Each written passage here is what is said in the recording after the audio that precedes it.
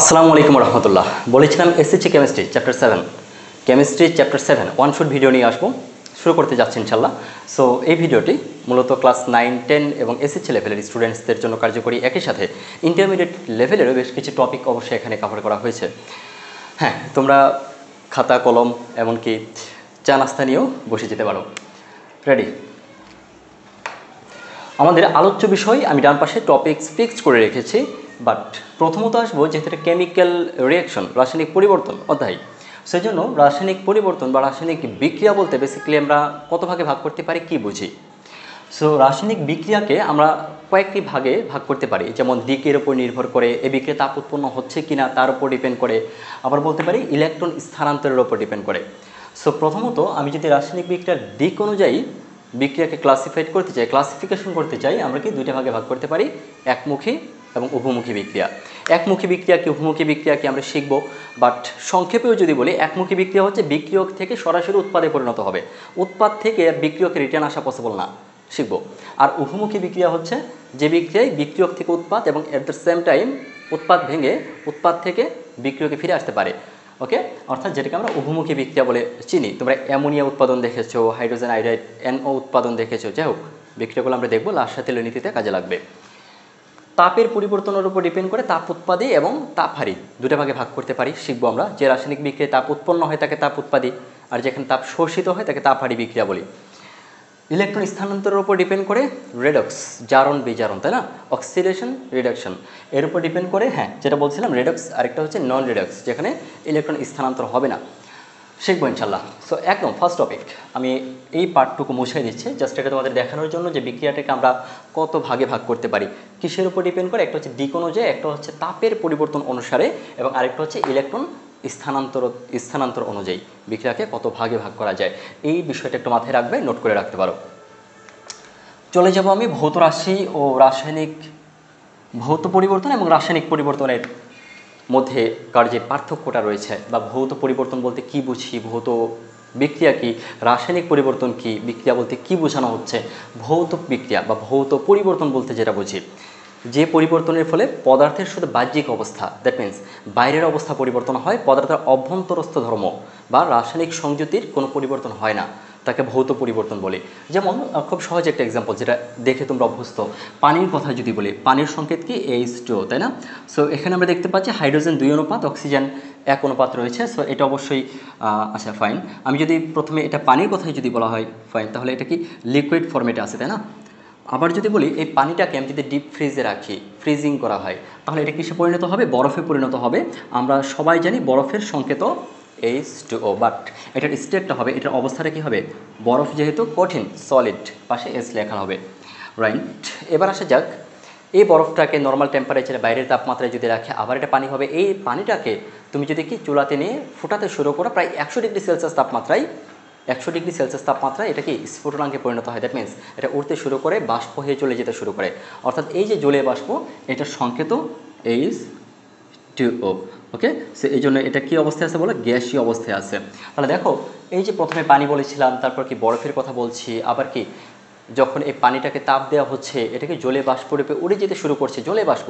তাহলে প্রত্যেকটারই কি রাসায়নিক সংযুতি বা আণবিক সংকেত সেম কি H2O, অর্থাৎ প্রত্যেকটাতেই 2 অনুপাত হাইড্রোজেন 1 অনুপাত অক্সিজেন রয়েছে, রাইট। অর্থাৎ হাইড্রোজেন 2টা, অক্সিজেন 1টা রয়েছে, কিন্তু তাদের ভৌত অবস্থা বা বাহ্যিক অবস্থা প্রত্যেকের আলাদা আলাদা। কি প্রথমটা পানির ক্ষেত্রে লিকুইড বলছি, কি বরফ হচ্ছে সলিড S, এবং গ্যাস বা জলীয় বাষ্পের জন্য গ্যাসীয় অবস্থা বিরাজ করছে, শুধুমাত্র বাইরের অবস্থা চেঞ্জ হচ্ছে। দ্যাট মিন্স এগুলো হচ্ছে এক একটা ভৌত পরিবর্তনের উদাহরণ।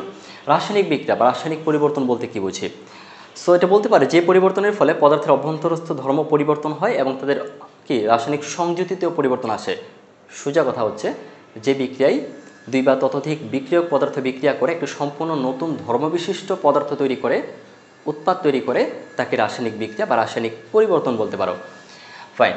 সো এবার আসা যাক, আচ্ছা তাহলে রাসায়নিক বিক্রিয়ার একটা উদাহরণ জেনে নেওয়া যাক।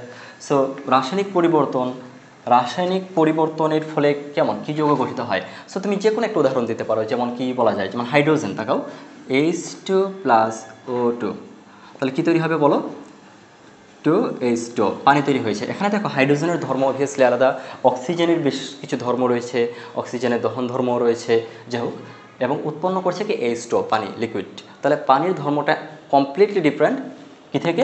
হাইড্রোজেন এবং অক্সিজেন থেকে। অর্থাৎ যেটা বলছিলাম, যে বিক্রিয়ায় বা যে পরিবর্তনে পদার্থের বিক্রিয়ক পদার্থগুলো, আবার বলছি বিক্রিয়ক পদার্থগুলো বিক্রিয়া করে সম্পূর্ণ নতুন ধর্মী, নতুন বৈশিষ্ট্য সম্পন্ন একটা উৎপাদ তৈরি করে, তাকেই রাসায়নিক পরিবর্তন বলা হয়।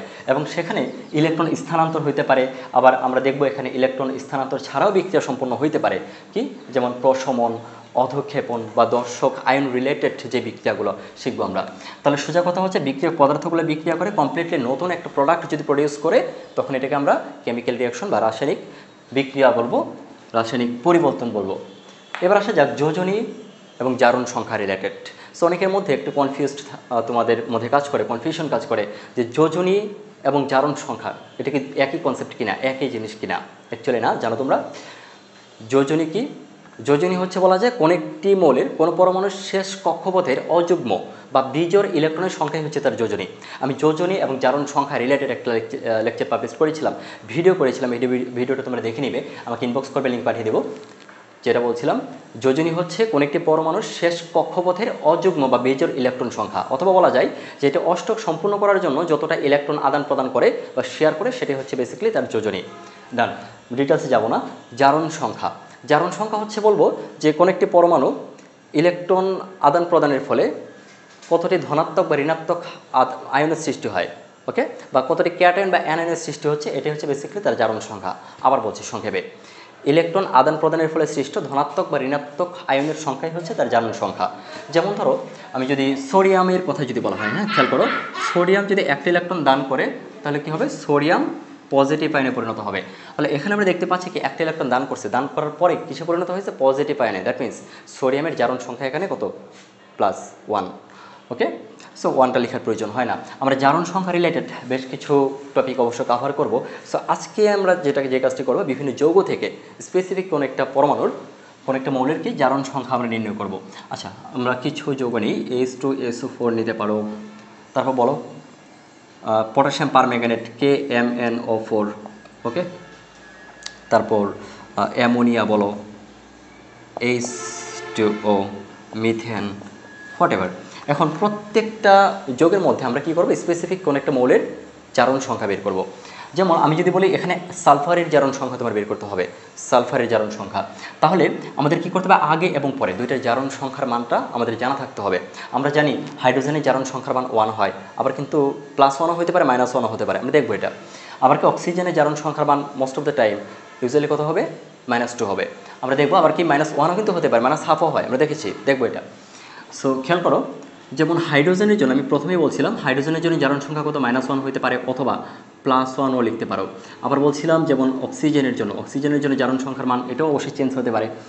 আবার সোডিয়ামের জন্য জারণ সংখ্যা হচ্ছে 1, ম্যাগনেসিয়ামের জন্য কত? 2, তাই না? কারণ ম্যাগনেসিয়াম শেষ কক্ষপথের 2টি ইলেকট্রন দান করে, শিখবো এগুলা। এখন জারণ সংখ্যা যেহেতু, এর আগে কিন্তু আমাদের প্লাস মাইনাস এগুলো দেওয়ার প্রয়োজন হয়। কারণ কি? কারণ ইলেকট্রন দান করলে ধনাত্মক আয়নে পরিণত হয়, আর গ্রহণ করলে ঋণাত্মক আয়নে পরিণত হয়। আমরা জারণ সংখ্যা ডেফিনেশনটাই পড়েছিলাম, ইলেকট্রন আদান প্রদানের ফলে যে ধনাত্মক বা ঋণাত্মক আধানযুক্ত পরমাণু সৃষ্টি হয়, বা ধনাত্মক বা ঋণাত্মক আধানের সৃষ্টি হয়, যত সংখ্যক ক্যাটায়ন বা অ্যানায়ন সৃষ্টি হয়, এটাই হচ্ছে তার জারণ সংখ্যা। আর একটু সহজ ভাষায় যদি বলি, খেয়াল করো, আমি বলছি হাইড্রোজেনের জারণ সংখ্যা হচ্ছে -1, +1ও হতে পারে, অক্সিজেনের জন্য -2 হতে পারে। এখন কিভাবে হতে পারে? আমি প্রথমত সালফিউরিক অ্যাসিডের জন্য যাব। সালফিউরিক অ্যাসিডের সালফারের জারণ সংখ্যাকে বের করি। তো প্রথমত বলছিলাম প্রথম এবং শেষেরটা দুইটা পরমাণুরে হাইড্রোজেন এবং অক্সিজেন দুইটারই জারণ সংখ্যার মানটা আমাদের মনে রাখতে হবে, মুখস্থ রাখতে হবে, তাহলে আমরা কি সালফারের জারণ সংখ্যার মানটা বের করতে পারবো। সো হাইড্রোজেনের জারণ সংখ্যার মান, আচ্ছা আমি এখানে কি +1 ধরবো, তাহলে হাইড্রোজেন আছে কয়টা? 2টা, তাহলে এখানে কত হবে? +2। আচ্ছা, সালফারটা তো বের করবে, এটা ফাঁকা রাখলাম। অক্সিজেনের জারণ সংখ্যার মান কত? -2। অক্সিজেন আছে কয়টা? 4টা, তাহলে 4 দুগুণে 8, ফাইন, মানে -8, -2 আর 4 কত হবে? -8। এখন নিউট্রাল করতে হবে। দেখো সালফিউরিক অ্যাসিড আমি যখন প্রথমে লিখছিলাম উপরে কিন্তু প্লাস মাইনাস কিছু ছিল না, দ্যাট মিনস এখানে যতটা আমরা -8 দেখতে পাচ্ছি, হ্যাঁ এখানে +2 দেখতে পাচ্ছি। সো এখন সালফারের জারণ সংখ্যা মানটা এমন একটা মান হবে যেন কি আমি প্লাস মাইনাস করার কারণে পুরো মানটা নিউট্রাল হয়ে যায়, 0 হয়ে যায়। সোজা কথা হচ্ছে এখানে যেহেতু +2 আছে, এখানে -8, তাহলে এখানে কত হবে? +6 হবে। তাহলে কি হয়ে যাবে? এখানে 8 হয়ে যাবে। 2 + 6 8, -8, তাহলে 0 হয়ে যাবে। আরেকটু সহজভাবে কীভাবে কোনো একটা যৌগ থেকে জারণ সংখ্যা বের করতে পারি আমরা শিখে নিই। সালফিউরিক অ্যাসিড আমি জাস্ট এটা সিম্পলি এখন উপরে বসাই করে দিয়েছি, কিন্তু তোমরা চাইলে এটা কীভাবে নির্ণয় করতে পারো, জারণ সংখ্যাটা বের করার জন্য সালফারের জারণ সংখ্যা, তো সালফারের যেহেতু জারণ সংখ্যা বের করবে এটাকে আমরা এক্স ধরতে পারি। ফাইন। সো হাইড্রোজেনের জারণ সংখ্যা কত বলেছ? 1 +1, এটা ইউজুয়ালি +1 হিসেবে আমরা ধরবো। হাইড্রোজেনের 1 × 2 প্লাস সালফারের জারণ সংখ্যা, সালফার আছে করে একটা, যার জারণ সংখ্যা বের করবো তার মানটাকে আমরা এক্স ধরবো, প্লাস দিব। অক্সিজেনের জারণ সংখ্যা কত? -2 ইন্টু কয়টা আছে? 4টা আছে। অক্সিজেন 4টা আছে, দ্যাটস হোয়াই তার জারণ মানের সাথে 4 গুণ দিয়েছি। ঠিক আছে, এবার আসো 2 + x প্লাস, হ্যাঁ আগেই বলে রাখি এই যে প্রত্যেকটা মান, এই যে আমরা জারণ সংখ্যাটা ক্যালকুলেট করলাম, ফাইনালি কত হইতে হবে? দেখো উপরে কিন্তু প্লাস মাইনাস কিছু নাই, মানে 0, অর্থাৎ রাইট সাইডে আমরা একটা 0 বসাই নিব। ওকে, এবার আসো যে -2 × 4, তাহলে কত হবে? 4 × 8 = 0। সো এখানে কত হবে? এক্সটা আমি লেফট সাইডে রেখে দেবো, রাইট সাইডে 8 যদি চলে যায়, 2টা যদি রাইট সাইডে চলে যায় তাহলে -2 হয়ে যাবে, = 6। ফাইন, সেটা +6 লিখবে, যেহেতু জারণ সংখ্যা প্লাস ধনাত্মক বা ঋণাত্মক দূরেই হতে পারে, আধানযুক্ত, অর্থাৎ x = কত? +6। অর্থাৎ এটাই কি আমরা প্রথমে কিন্তু তাই বের করেছিলাম, বলেছিলাম হাইড্রোজেনের জারণ সংখ্যার মান 1 আছে 2টা, এই জন্য কত? +2। সালফারের কয়টা বলো? সালফারের জারণ সংখ্যার মান হচ্ছে -2, এর সাথে 4 গুণ করলে কত হবে? -8। তাহলে সমান করার জন্য অবশ্যই সালফারের জারণ মান কত হইতে হবে? +6 হইতে হবে। তাহলে উপরের সবগুলো যদি আমরা প্লাস মাইনাস করি = 0 হয়ে যাবে। ওকে, সো আমরা চাইলে এভাবে বের করতে পারি। এবার আসা যাক, আমি বলছিলাম হাইড্রোজেনের জারণ সংখ্যার মানটা -1 হতে পারে, +1 হতে পারে। আবার অক্সিজেনের কথা বলছিলাম যে কি -2 হতে পারে, -1ও কিন্তু হতে পারে। দেখি তাহলে বিষয়টা কীভাবে কাজ করে। ওকে, কী বলেছিলাম? -1 হতে পারে, -1/2 ক্ষেত্রেও আমরা দেখবো হয় কি না। হাইড্রোজেন যেমন ধরো এই যে একটু আগে যেটা সালফিউরিক অ্যাসিডের ক্ষেত্রে দেখলা, কি দেখলা? H2SO4, একদম ক্লিয়ারলি বুঝতে পারবা, H2SO4। এখন হাইড্রোজেনের জন্য আমি কি জারণ মানটা কত ধরেছিলাম? 1, মানে 2টার জন্য +2 ধরেছিলাম, তাই না? মানে এখানে হাইড্রোজেন স্পেসিফিক একটা হাইড্রোজেন, মানে 2টা হাইড্রোজেনের জন্য ধরছো কত? 2 ধরছো, তাই না? তাহলে একটা হাইড্রোজেনের জারণ মান কত? মানে 2 কে 2 দ্বারা ভাগ করলে কত হবে? মানে সোজা কথা 2/2 = 1, তাই তো? সোজা কথা হাইড্রোজেনের জারণ মান এখানে আমরা +1 হিসেবে ধরছি। ওকে, বা আমি যদি পানির ক্ষেত্রেই বলি, একটু সহজ উদাহরণ বুঝতে সুবিধা হবে। সো পানি, অক্সিজেন, সো অক্সিজেনের জারণ মান কত? -2। হাইড্রোজেনের জারণ মান কত? 1, এখানে আছে কয়টা? 2টা, এই জন্য +2। সোজা কথা একটা হাইড্রোজেনের জারণ মান হচ্ছে +1, এগুলোর মধ্যে আমরা দেখতে পেলাম। কিন্তু হাইড্রোজেনের জারণ মান কি -1 হতে পারে? কোথায়, কখন? হাইড্রোজেনের জারণ মান -1 হতে পারে যখন দেখবো এটাকে কোনো ধাতব হাইড্রেট গঠন করেছে, কি ধাতব হাইড্রেট গঠন করেছে বা ধাতুর সাথে যুক্ত আছে। দ্যাট মিনস আমরা যদি সোডিয়াম অবভিয়াসলি একটা ধাতু, সোডিয়ামের সাথে যদি H থাকে, ওকে, তো সোডিয়াম হাইড্রাইড অবভিয়াসলি এর মধ্যে সোডিয়ামের জন্য তো অবশ্যই জারণ মান +1, এটা কনস্ট্যান্ট, এটা ফিক্সড, এটা অলওয়েজ ফিক্সড। সোডিয়ামের জারণ মান +1, আমি অলরেডি বলেছিলাম। সোডিয়ামের শেষ কক্ষপথে একটা ইলেকট্রন আছে, সে একটা ইলেকট্রন দান করবে, আর দান করলে যে ধনাত্মক আধান সৃষ্টি হচ্ছে এটা বেসিক্যালি তার জারণ সংখ্যা কত? সোডিয়াম +1। এবার আসো তাহলে 2টা নিউট্রাল করার জন্য হাইড্রোজেনের তো অবশ্যই -1 হতে হবে। তাহলে দেখতে পাচ্ছি এই যে ধাতব হাইড্রাইড, দ্যাট মিনস হাইড্রোজেন যখন কোনো ধাতুর সাথে যুক্ত হবে তখন হাইড্রোজেনের জারণ মানটা -1 হয়ে যাবে। ঠিক আছে, হাইড্রোজেনের ক্ষেত্রে ক্লিয়ার। এবার আসো অক্সিজেন, অক্সাইড। খেয়াল করো, আমি যদি সোডিয়াম অক্সাইডের কথা বলি, খেয়াল করবে, সোডিয়াম অক্সাইডের কথা যদি বলা হয়, এখানে সোডিয়ামের জারণ মান অলওয়েজ +1, এখানে সোডিয়াম আছে কয়টা? 2টা, এই জন্য কত লিখবো? +2 লিখবো, এই পর্যন্ত। ওকে, এখন 2টা সমান করার জন্য অক্সিজেন তো অবশ্যই -2 হবে, তাই না? তাহলে আমরা দেখতে পেলাম এই যৌগের ক্ষেত্রে অক্সিজেনের জারণ মান কত? অক্সিজেনের হচ্ছে -2। ফাইন, এবার আসা যাক আমরা সোডিয়াম পারঅক্সাইড, তোমরা যৌগের কথা শুনেছ, sodium peroxide, sodium two O2, fine, peroxide. দুই ক্ষেত্রে, 2টা পরমাণুর ক্ষেত্রেই তার সংখ্যাটা, পরমাণুর সংখ্যাটা ইকুয়াল হবে, সমান হবে। সোডিয়াম টু O2, এটাকে কী বলছি? পারঅক্সাইড। আবার সুপার অক্সাইড যখন আমরা বলি, যেমন পটাশিয়াম সুপার অক্সাইড আছে একটা, কোনটা? যেমন KO2, ঠিক আছে, আমরা শিখবো এগুলো। সো সুপার অক্সাইডের ক্ষেত্রে অক্সিজেনের জারণ মান কিন্তু ডিফারেন্ট হয়, আলাদা হয়, এবং অক্সিজেন পরমাণুর সংখ্যাটা বেশি হয়। তাহলে সুপার অক্সাইডে অক্সিজেন পরমাণুর সংখ্যা বেশি, পার অক্সাইডে সমান। ওকে, এটা মাথায় রাখবা। তাহলে এটাকেই বলছে সোডিয়াম পারঅক্সাইড। আবার যেমন ধরো আমি বলছিলাম কি KO2, এখানে অক্সিজেন পটাশিয়ামের চেয়ে বেশি, K একটা O2 2টা। তাহলে অক্সিজেন যদি পটাশিয়ামের চেয়ে বেশি হয় বা অন্য আরেকটা পরমাণু থেকে বেশি হয়, অক্সিজেন বেশি হলে এক্ষেত্রে এটাকে আমরা সুপার বলবো, সুপার অক্সাইড। আর যদি সমান হয়, যেমন সোডিয়াম আছে 2টা, অক্সিজেন আছে 2টা, সেক্ষেত্রে এটাকে বলবো পারঅক্সাইড, সোডিয়াম পারঅক্সাইড। ফাইন, আমাদের কনসেপ্টে আসি, টার্গেটে আসি। আমাদের কাজ হচ্ছে অক্সিজেনের জারণ মান বের করা। সো এখন সোডিয়ামের জন্য +1, সোডিয়ামের জারণ মান +1, আছে কয়টা? সোডিয়াম 2টা, এই জন্য কত হবে? +2। এখন অক্সিজেনের জারণ মান কত? এখন দেখো আমাদের উপরে তো প্রাথমিক অবস্থায় উপরে তো প্লাস মাইনাস কিছু ছিল না, তাই না? এর মানে নিউট্রাল রাখতে হবে। সোডিয়াম তো +1 আছে, 2টা সোডিয়াম, এই জন্য কি আমরা +1 +2 লিখবো। ফাইন। এখন অক্সিজেনের জন্য কত লিখবো? অবশ্যই এখানে -2 হইতে হবে। -2 হলেই তো শুধুমাত্র কী হয়ে যাবে, +2 আর -2 মিলে 0 হয়ে যাবে, অর্থাৎ কী থাকবে, বিক্রিয়ার উপরে বা যোগের উপরে প্লাস মাইনাস কিছু থাকবে না। ফাইন। মূল কথা হচ্ছে সোডিয়ামের জন্য যেহেতু +2, অক্সিজেনের জন্য মাস্ট বি -2 হতে হবে। তাহলে এখানে 2টা অক্সিজেনের জন্য, বুঝছো, অক্সিজেন 2টার জন্য যদি -2 হয়, মানে আমি যদি এভাবে লিখি, খেয়াল করো যে আচ্ছা এক্স দিয়ে বোঝাই, 2x = কত, -2, তাহলে x = কত হবে, -2/2, তাহলে ভাগ করলে কত হবে, -1। অর্থাৎ এই যোগের ক্ষেত্রে অক্সিজেনের জারণ মান, এটা কার জন্য, অক্সিজেনের জারণ মান কত, -1। ঠিক আছে, তাহলে অক্সিজেনের জারণ মান আমরা কত দেখলাম, -2 হতে পারে, -1 হতে পারে। সো এই টপিক নিয়ে আর খুব বেশি বাড়ানো উচিত হবে না, কারণ ভিডিও ডিউরেশনটা অনেক লং হয়ে যাবে। প্রয়োজনে যে টপিকগুলো তোমাদের বুঝতে স্পেসিফিকলি বেশি কষ্ট বলে মনে হচ্ছে, প্রবলেম ফেস করছে, এগুলো আলাদাভাবে নোট ডাউন করবে, আমাকেও জানাবে। এগুলো নিয়ে আমরা সেপারেটলি আরেকটা ভিডিও তৈরি করে অবশ্যই আপলোড করবো। আমি একটু দ্রুত কথা বলছি, হোপফুলি তোমরা ইউজড টু হয়ে গেছো আমার কথার সাথে, কিন্তু দেখা যায় যে এই টপিকগুলো কভার করতে গিয়ে এতগুলো টপিক আমি যদি প্রত্যেকটা জাস্ট মিনিমাম 7-8 মিনিট টাইম দিয়েও যদি প্রত্যেকটা টপিক কভার করি, তারপরে দেখবে যে 1-1.5 ঘন্টার উপরে চলে যেতে পারে। এই জন্য আমরা কী করছি, একটু দ্রুত বলার ট্রাই করছি, তারপরে যেখানে প্রবলেম হচ্ছে বুঝতে অবশ্যই জানাবা। Okay fine. এবার আমরা রিডক্স বিক্রিয়ায় চলে যাব, জারণ বিজারণ। সো জারণ বিজারণ মানে কি, ইলেকট্রন আদান প্রদান হবে অবশ্যই, রাইট। জারণ বিজারণ মানে হচ্ছে redox. Redox means oxidation and reduction, তাই না, রিডক্স। এখানে কি আমরা বলছি অক্সিডেশন আর রিডাকশন, মানে কি জারণ আর বিজারণ, দুইটার যে সম্মিলিত প্রক্রিয়া, দুইটা বিক্রিয়া। সো জারণ বিজারণকে আমরা রিডক্স বিক্রিয়া বলছি। জারণ ও বিজারণ একটা যুগপদ প্রক্রিয়া, যুগপদ বিক্রিয়া। দ্যাট মিনস যখন জারণ ঘটে তখন বিজারণ ঘটে।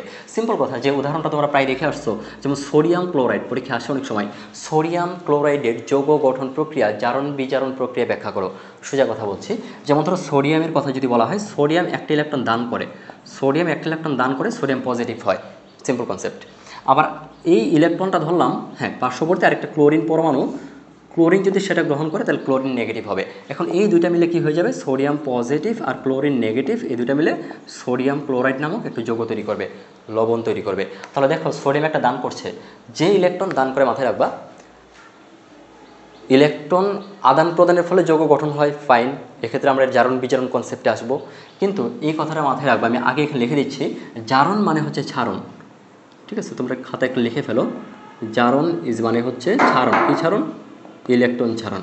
আর বিজারণ মানে হচ্ছে গ্রহণ, গ্রহণ কি, ইলেকট্রন গ্রহণ। তাহলে জারণ প্রক্রিয়ায় কীভাবে ইলেকট্রন ছাড়ে এই বিষয়টা আমরা দেখব। আবার বিজারণের জন্য বলেছিলাম, বিজারণ হচ্ছে ইলেকট্রন গ্রহণ, বিজারণ, সেটা পাশে ইলেকট্রন লিখে রাখি, তো সেটা কনফিউজড হয়ে যাবে যে কী গ্রহণ বা কী ছাড়ন। ওকে, জারণ হচ্ছে ইলেকট্রন ছাড়ন, বিজারণ হচ্ছে ইলেকট্রন গ্রহণ, এই পর্যন্ত মাথায় রাখো। এবার আরেকটা বিষয় মাথায় রাখবা, যে পদার্থ বা যে বিক্রিয়ক জারণ বিক্রিয়ায়, জারণ প্রক্রিয়ায় অংশগ্রহণ করে তাদেরকে বলবো বিজারক। কি বলছি, বিজারক। তাহলে বলতে পারি বিজারক জারিত হয়, ওকে, বিজারক কি জারিত হয় বা জারণ প্রক্রিয়ায় অংশগ্রহণ করে। আবার বিজারণ প্রক্রিয়ায় অংশগ্রহণকারী জারক, সিম্পল কনসেপ্ট। তাহলে জারক কারা, বিজারণ প্রক্রিয়ায়, বিজারণ প্রক্রিয়ায় অংশগ্রহণ করে। ওকে, তাহলে জারণ হচ্ছে ইলেকট্রন ছাড়ন আর বিজারণ হচ্ছে ইলেকট্রন গ্রহণ, এ পর্যন্ত মাথায় রেখো। জারণ কি একটা প্রক্রিয়া, বিক্রিয়া, অর্ধবিক্রিয়া, এবং বিজারণ কি একটা অর্ধবিক্রিয়া। তাহলে ইলেকট্রন ছেড়ে দেওয়ার অর্ধবিক্রিয়ার নাম হচ্ছে জারণ, আর ইলেকট্রন গ্রহণ করার বিক্রিয়ার নাম হচ্ছে বিজারণ, দ্যাটস ইট। আর বিজারক হচ্ছে জারণ প্রক্রিয়া, জারণ প্রক্রিয়া যে সম্পন্ন করে, জারণ বিক্রিয়া যে সম্পন্ন করে তাকে আমরা বিজারক বলবো, আর বিজারণ প্রক্রিয়া যে সম্পন্ন করে তাকে আমরা জারক বলবো। সোজা কথা, আর একটু সহজ ভাষায় বলি, এই যে বিজারক আছে না, এই বিজারক হচ্ছে ইলেকট্রন কি করবে, ছেড়ে দেবে, আর জারক যে ইলেকট্রন গ্রহণ করবে, দ্যাটস ইট। তাহলে এই বিষয়টা আমি আবার সেপারেটলি লিখছি, তোমরা এতটুকু একটা পার্টে লেখো, এতটুকু একটা পার্টে লিখো। আবার লেখো, এখানে কি লিখবে, হ্যাঁ, জারক, জারক ইলেকট্রন গ্রহণ করে, জারক ইলেকট্রন গ্রহণ করে। আর বিজারক, বিজারক ইলেকট্রন ত্যাগ করে, ওকে, বা ছেড়ে দেয়, ফাইন। সো এখন আসো এই বিষয়টা মনে রাখার জন্য, যে জারক ইলেকট্রন গ্রহণ করে, বিজারক ইলেকট্রন ত্যাগ করে, সো এই কনসেপ্টটা মাথায় রাখার জন্য আমরা কী করতে পারি, একটা ছন্দ মাথায় রাখতে পারি। তোমরা অনেকে জানো, যেটাকে আমি আগে বলেছিলাম জাগ্রত বিদ্যান, ঠিক আছে, আমি এখানে লিখে দিচ্ছি জাগ্রত বিদ্যান, জাগ্রত বিদ্যান, অর্থাৎ যা বলতে এখানে কি জারক বোঝানো হচ্ছে, হ্যাঁ জারক, যা মানে কি জারক। আর গ্রত, দ্যাট মিনস গ্র বলতে কি জারক গ্রহণ করে বোঝানো হচ্ছে। ওকে, জারক, জারক গ্রহণ করে। আচ্ছা, এতটুকু নিয়ে ঝামেলা শেষ। এবার আসে বিদ্যান। বিদ্যান বলতে বি বলতে বোঝানো হচ্ছে বিজারক, বিজারক। আর দান, ওকে, দান বলতে বিজারক ইলেকট্রন দান করে।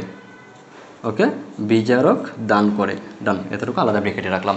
তাহলে জারক ইলেকট্রন গ্রহণ করে, বিজারক ইলেকট্রন দান করে বা ত্যাগ করে, যেটা অলরেডি আমি লিখে দিয়েছি। ওকে, সেটা নোট ডাউন করে রাখতে পারো, এটা লিখে নাও।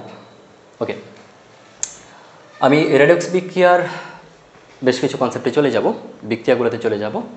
বাট এর আগে আমি আরেকটা বিষয় বলে রাখি যে রেডক্স বিক্রিয়াগুলো, জারণ বিজারণ বিক্রিয়াগুলো মনে রাখার জন্য, স্পেসিফিকলি কোনটা জারক বা কোনটা বিজারক, এটা মনে রাখার জন্য বেশ কিছু টেকনিক তোমরা অবলম্বন করতে পারো। অর্থাৎ সকল জারক পদার্থগুলো আমরা একটা ছন্দের মাধ্যমে, সকল বিজারক পদার্থগুলো একটা ছন্দের মাধ্যমে আমরা মনে রাখতে পারি। সো যেমন ধরো একটা বিষয় আমি প্রায় বলি, এটা আমার এই যে এসএসসি কেমিস্ট্রি এটা ক্লাস, যে বইটা পাবলিশড হয়েছে এই বছরই। সো এই বইটা বিভিন্ন লাইব্রেরিতে আছে, নাটোরে আলাইপুরে বৈশাগর লাইব্রেরিতে পাবা, আহমদপুর যেটা নাটোরে আহমদপুরে হাবিবুর স্যারের, আহমদপুর এমএস উচ্চ বিদ্যালয়ের শিক্ষক হাবিবুর স্যারের সৌরভ লাইব্রেরিতে পাবা, হৈবতপুরে আজিজিয়া লাইব্রেরিতে পেয়ে যাবা। হঠাৎ প্রত্যেকটা জায়গা থেকে, দেশের বিভিন্ন প্রান্ত থেকে এখনও বিভিন্ন জায়গায় অনলাইনে আমি কুরিয়ার করে পাঠাচ্ছি, আমাকেও জানাতে পারো। যেটা বলছিলাম, সো এখানে আমি বেশ কিছু কথা লিখেছি জারক বিজারক সহজে চিনার উপায় সম্পর্কে। তোমরা অনেকেই এগুলো জানো যে জারক মনে রাখার একটি সহজ টেকনিক হচ্ছে যেসব যৌগে অক্সিজেন বেশি তারাই হচ্ছে জারক। আবার বলছি, যে সকল যৌগে অক্সিজেন বেশি, অক্সিজেনের পরিমাণটা বেশি, তারা হচ্ছে জারক। তাহলে এই কথাটা যেহেতু বলছি, এটা একটু ফিনিশ করে আসি। যেমন ধরো KMnO4, খেয়াল করে দেখো তো এখানে অক্সিজেনের পরিমাণটা, অক্সিজেনের পরমাণু সংখ্যাটা পটাশিয়াম বা ম্যাঙ্গানিজের চেয়ে বেশি। অক্সিজেন আছে 4টা, পটাশিয়াম আছে 1টা, Mn আছে 1টা। অর্থাৎ অক্সিজেন কোনো একটা যৌগে যদি বেশি থাকে, এটাকে আমরা জারক হিসেবে আইডেন্টিফাই করতে পারি, জারক বলতে পারি। আবার যেমন ধরো KClO3, এখানে দেখো পটাশিয়াম 1টা, ক্লোরিন 1টা, বাট অক্সিজেন আছে 3টা, মানে অক্সিজেনের পরিমাণটা বেশি, পরমাণুর সংখ্যা বেশি। এই জন্য এটাকে আমরা জারক হিসেবে চিহ্নিত করতে পারি, জারক বলতে পারি। আবার জারক এবং বিজারক উভয় হিসেবে কাজ করে, জারকও একই সাথে বিজারক উভয় হিসেবে কাজ করে। এই যে যৌগগুলা আমরা এদেরকেও একটা ছন্দের মাধ্যমে মনে রাখতে পারি। আমি একটা লিখে দিচ্ছি, তারপরে জারক বিজারক বা জারণ বিজারণ প্রক্রিয়া কীভাবে সংঘটিত হয়, সনাতন পদ্ধতি, ইলেকট্রন আদান প্রদান পদ্ধতি বা ইলেকট্রোলাইসিস পদ্ধতি, সব কিছু ইনশাল্লাহ ক্লিয়ার করব। ইলেকট্রন এক্সচেঞ্জ পদ্ধতি। আচ্ছা, জারক ও বিজারক উভয় হিসেবে কাজ করে, আমি লিখে দিচ্ছি। যারা আমার কাছে অফলাইনে পড়ো, অবভিয়াসলি এগুলো তোমরা দেখেছো, আমি পড়িয়েছি। জারক ও বিজারক উভয়, জারক ও বিজারক উভয় হিসেবেই কাজ করে। সো এটা একটা ছন্দ আমি বলেছিলাম যে ফিরে এলো,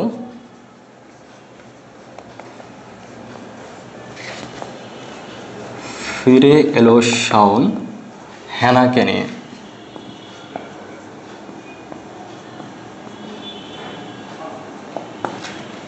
ওকে, এখানে ফিরে এলো, ফিরে বলতে এখানে বোঝানো হচ্ছে ফেরাস সালফেট, রাইট? কোনোটা যেন মিস না হয়, আমি সব কিছুই দেখে লিখে দিচ্ছি। এলো, এলো বলতে O3, ওকে।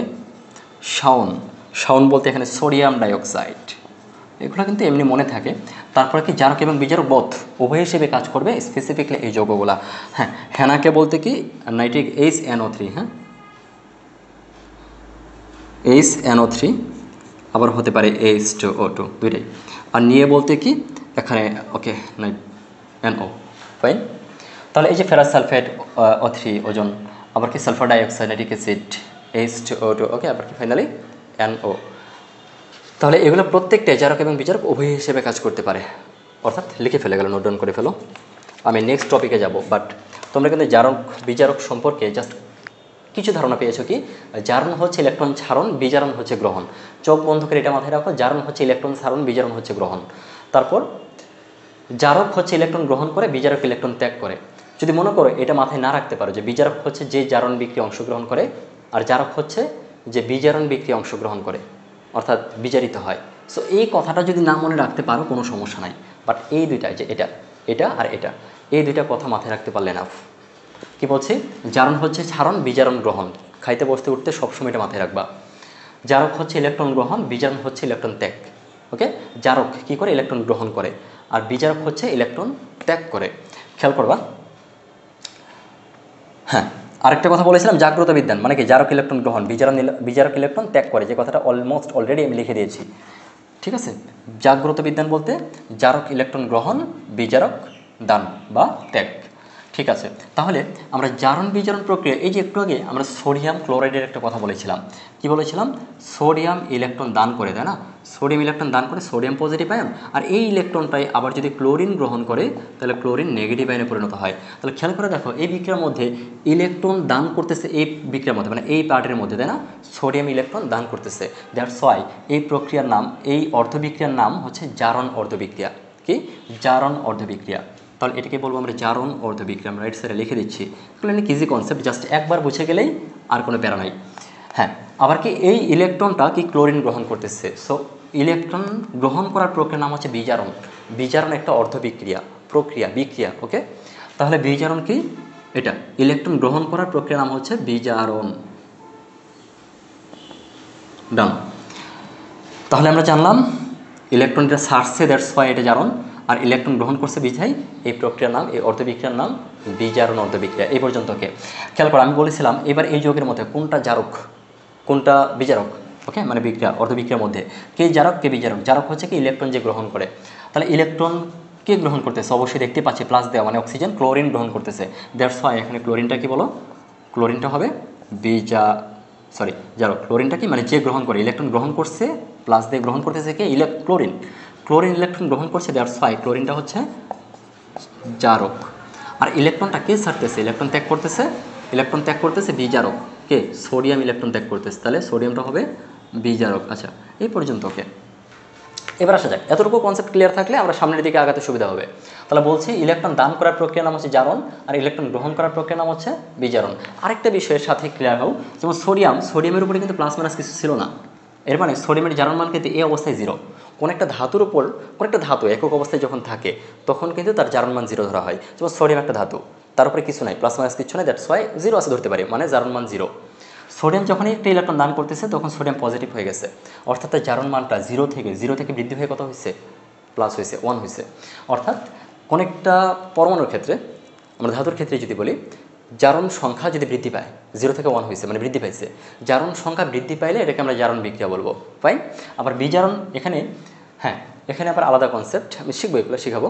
যেমন ক্লোরিনের জন্য জারণ মানটা কিন্তু -1, যেমন ক্লোরিন ব্রোমিন 17 নম্বর গ্রুপে যারা আছে এরা কিন্তু অলমোস্ট জারক হিসেবে কাজ করে, কারণ কি তারা ইলেকট্রন গ্রহণ করতে পারে, আর জারক মানেই হচ্ছে, আমি লিখে দিয়েছিলাম, ইলেকট্রন গ্রহণ করে। ফাইন। তাহলে ক্লোরিন কি একটা ইলেকট্রন গ্রহণ করে কি ক্লোরিন নেগেটিভ আয়নে পরিণত হতে পারে। তাহলে এই যে প্রক্রিয়া এটাকে আমরা বলছি বিজারণ অর্ধবিক্রিয়া, যেটা অলমোস্ট এখানে লিখে দিয়েছি। এখানে আমরা বলছি, সো প্রক্রিয়ার নাম হচ্ছে বা অর্ধবিক্রিয়ার নাম হচ্ছে জারণ এবং বিজারণ অর্ধবিক্রিয়া। আর পদার্থ, যেমন জারক একটা পদার্থ, বিজারক একটা পদার্থ। তাহলে জারণ মানে ছাড়ন, বিজারণ মানে গ্রহণ। জারক মানে ইলেকট্রন যে গ্রহণ করে সে হবে কি জারক, আর ইলেকট্রন যে ত্যাগ করে সে হচ্ছে বিজারক। এ পর্যন্ত ওকে।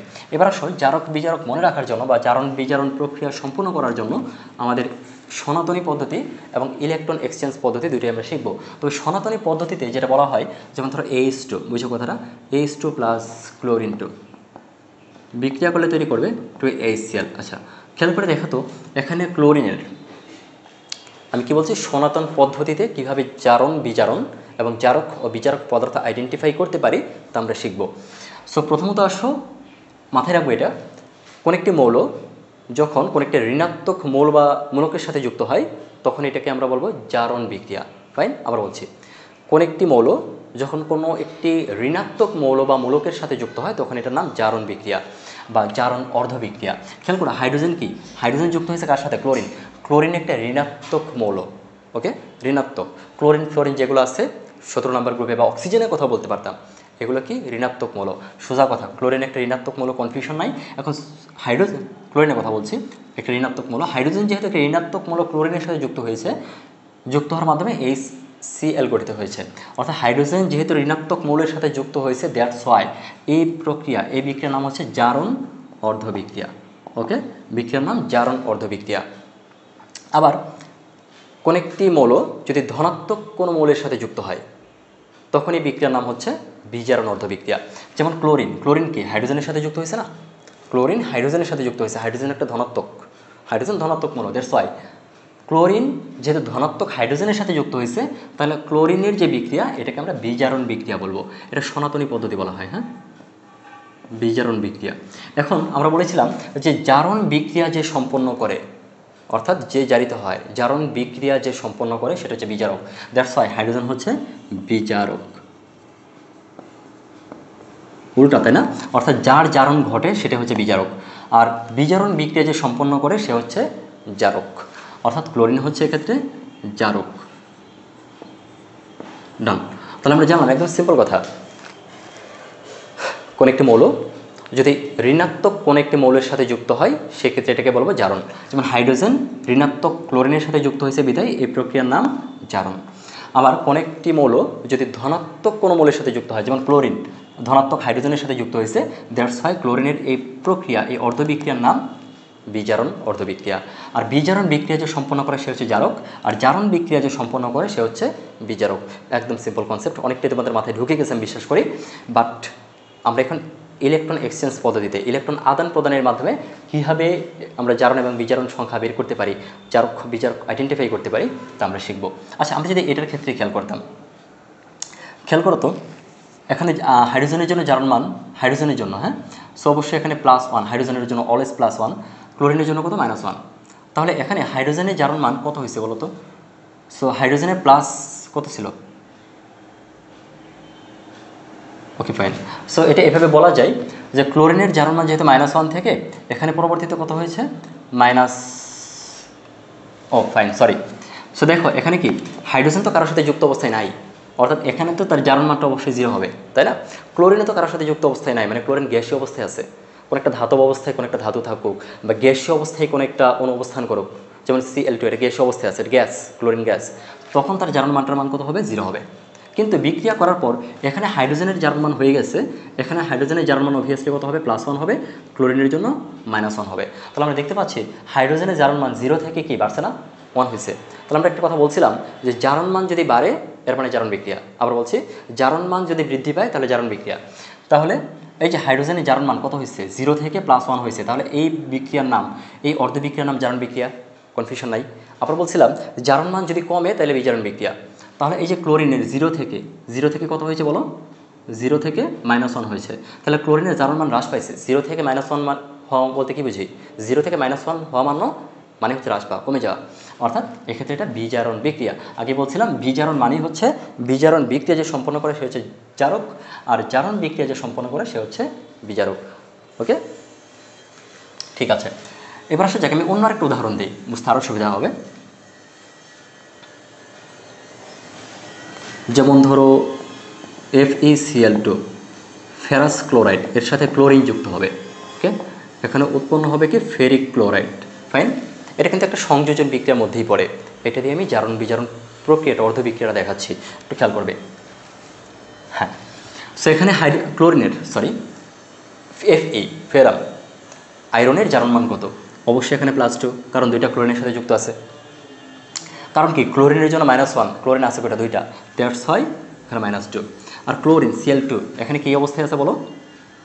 0, অর্থাৎ Cl2 আমি বলছিলাম যদি গ্যাসীয় অবস্থায় থাকে, একক ধনাত্মক বা ধাতব পরমাণু হিসেবে থাকে, সেক্ষেত্রে তার জারণ মানটা হবে 0, কারণ ক্লোরিন তো শুধু ক্লোরিনের সাথে আছে, অন্য কারোর সাথে যুক্ত অবস্থায় নাই, গ্যাসীয় অবস্থায় আছে। ঠিক আছে, এটা ক্লোরিন গ্যাস, তার জারণ মান হচ্ছে 0। তাহলে এখানে দেখতে পাচ্ছি আয়রনের জারণ মান +2 থেকে এখানে আয়রনের জারণ মান কত? অবশ্যই +3, 3টা ক্লোরিনের সাথে যুক্ত আছে, বা যোজনীয় 3 বলতে পারতাম, মানে সর্বোচ্চ যোজনী এখানে, বা সক্রিয় যোজনীয় 3, সর্বোচ্চ যোজনী, সক্রিয় যোজনী, পরিবর্তনশীল যোজনী, এগুলো নিয়ে কিন্তু আমি একটা লেকচার, একটা ভিডিও আপলোড করেছি, সো এটা দেখে নেওয়ার সময় করে। হ্যাঁ, ক্লোরিনের জন্য -1, ক্লোরিনের জন্য জারণ মান -1 আছে কয়টা? 3টা আছে, দ্যাটস ওয়াই কত হবে? -3 হবে। ঠিক আছে, আমরা দেখতে পাচ্ছি এখানে আয়রনের জারণ মান +2 থেকে বৃদ্ধি পাইছে, কত হয়েছে? 2 থেকে কত হয়েছে? 3 হয়েছে। যদি জারণ মান বৃদ্ধি পায়, জারণ মান বৃদ্ধি পাইলেই হচ্ছে জারণ অর্ধবিক্রিয়া। তাহলে আয়রনের ক্ষেত্রে এখানে কি আমরা বলবো? জারণ অর্ধবিক্রিয়া, শিওর। আবার ক্লোরিনের ক্ষেত্রে ক্লোরিনের জারণ মান 0 থেকে কত হয়েছে বলো তো? -3। সো 0 থেকে এখানে কি কমছে? সো যদি কমার ক্ষেত্রে আমরা কি বলবো? বিজারণ। ওকে, সো এখন দেখো আমি একটা কথা বলছিলাম একদম প্রথমে, জারণ মানে ছারণ, বিজারণ মানে গ্রহণ, বলেছিলাম না? জারণ ছারণ, এই যে জারণ ইলেকট্রন ছারণ, বিজারণ গ্রহণ। তাহলে জারণ ছারণ এটা তাহলে স্যার এভাবে এখানে কীভাবে কাজ করতেছে? তা এখানে আয়রনের জারণ মান আছে কত বলো তো? আয়রনের জারণ মান হচ্ছে, আচ্ছা আয়রন 2 পজিটিভ হিসেবে আছে, সে যদি আরও একটা ইলেকট্রন দান করে দেয়, আমরা জানি কি ধনাত্মক আয়নের পরিমাণ বা ক্যাটায়নের চার্জ বৃদ্ধি পাবে। দ্যাট মিনস আয়রন 2 পজিটিভ থেকে আরও একটা ইলেকট্রন যদি সে দান করে দেয়, দান করলে ধনাত্মক, অলমোস্ট অলরেডি কিন্তু ধনাত্মক অবস্থায় আছে, আয়রন 2 পজিটিভ অবস্থায় আছে, আরও একটা ইলেকট্রন যদি দান করে আয়রন 3 পজিটিভ 3+ হয়ে যাবে। অর্থাৎ এখানে আমরা দেখতে পাচ্ছি ইলেকট্রন দান করার ফলে কী হয়েছে, 2 থেকে 3 হয়েছে। এই যে ইলেকট্রন দান করছে, আমি বলছিলাম জারণ মানে কি ইলেকট্রন ছাড়ন, দান করা মানে কি মাইনাস করা, দান করা এগুলো মানেই তো ছাড়ন, তাই না, ছেড়ে দেওয়া। জারণ মানে কি ইলেকট্রন ছাড়ন, ইলেকট্রন ছাড়ন, এই যে ইলেকট্রন ছেড়ে দিয়েছে, দান করছে, ইলেকট্রন ছেড়ে দেওয়ার ফলে কী হয়েছে, 3+ হয়েছে, 2 থেকে 3 হয়েছে। অর্থাৎ এই অর্ধবিক্রিয়ার নাম হচ্ছে জারণ অর্ধবিক্রিয়া। এবার আই থিঙ্ক ক্লিয়ার হয়ে গেছে অনেক কিছু। আবার ক্লোরিনের ক্ষেত্রে কী হবে, উল্টা ঘটনা, ক্লোরিনে ইলেকট্রন গ্রহণ করবে, ইলেকট্রন গ্রহণ করে কি এক্ষেত্রে, হ্যাঁ ক্লোরিনের জারণ মানটা চেঞ্জ হয়ে যাবে, অর্থাৎ 0 থেকে কমছে, 0 থেকে কমার কারণে এটাকে আমরা বিজারণ অর্ধবিক্রিয়া বলছি। আর যে বিজারণ বিক্রিয়া সম্পন্ন করে সেটাকে আমরা জারক বলবো, ক্লোরিনটা কি জারক। ফাইন। আবার যে জারণ বিক্রিয়া, জারণ অর্ধবিক্রিয়া সম্পন্ন করে তার নাম হচ্ছে বিজারক। এখন খেয়াল করে দেখো, এভাবে মনে রাখতে পারি যে জারণ বিক্রিয়া অংশগ্রহণ করে, সংঘটিত করে তাকে বিজারক বলছে, যে বিজারণ বিক্রিয়া সংঘটিত করে সে হচ্ছে জারক। স্টু এভাবে মনে রাখতে পারো, গুড। বাট আবার আমি আরেকটা কথা বলেছিলাম, জাগ্রত বিজ্ঞান, কি বলছিলাম, জাগ্রত বিজ্ঞান, অর্থাৎ জারক, যা দ্বারা কি জারক বলছিলাম, জারক কি করে গ্রহণ করে, জারক ইলেকট্রন গ্রহণ করে, গ্রত মানে গ্রহণ করা, তাহলে কি জারক ইলেকট্রন গ্রহণ করে, তাহলে এই যে জারক ইলেকট্রন গ্রহণ করে কি হবে, এই যে ক্লোরিনের চার্জের মানটা কমে যাবে। আবার বিদ্যান বলতে বলছিলাম কি বলো, বিজারণ, বিজারক দান করে, বিজারক দান করে। তাহলে এই যে এখানে আয়রনটা আমি একটু আগে দেখাইছিলাম, বিজারক মানে কি, এখানে আমি আয়রনের কথা বলছি, আয়রন 2 পজিটিভ একটা ইলেকট্রন দান করছে, দান করে কি হবে, আয়রন 3+ হয়ে যাবে। তাহলে এভাবে কিন্তু এটা মাথায় রাখতে পারি, বিজারক বলতে ইলেকট্রন দান করছে, দান করার ফলে কী হয়েছে, 2 থেকে 3 হয়েছে। তাহলে কে দান করছে, আয়রন 2 পজিটিভ দান করছে, অর্থাৎ ফেরাস ক্লোরাইডটা দান করছে, এর মধ্যে আয়রনটা ইলেকট্রন দান করছে, দ্যাটস ওয়াই এই যৌগটাকে আমরা কী বলবো, বিজারক। কারণ আমরা জানি বিজারক ইলেকট্রন দান করে, আর দান করার ফলে কী হয়েছে, চার্জের মান 2 থেকে 3 হয়ে গেছে। আবার এভাবে বলছিলাম যে চার্জের মান 2 থেকে 3 হয়েছে মানে বাড়ছে, জারণ মান বৃদ্ধি পাইছে বিধায় এটাকে আমরা জারণ অর্ধবিক্রিয়া বলতে পারি। আই থিঙ্ক অনেক কিছুই তোমাদের মাথায় এখন ঢুকে গেছে, ক্লিয়ার হয়ে গেছে আশা করি। তারপরেও যদি কোনো বিষয়টাতে কনফিউশন থাকে এই রিলেটেড, আমরা স্পেসিফিকলি সেপারেটলি শুধু জারণ বিজারণের উপরই একটা ক্লাস নিব। সংযোজন বিক্রিয়াতে চলে আসবো। সংযোজন বিক্রিয়া, সংযোজন,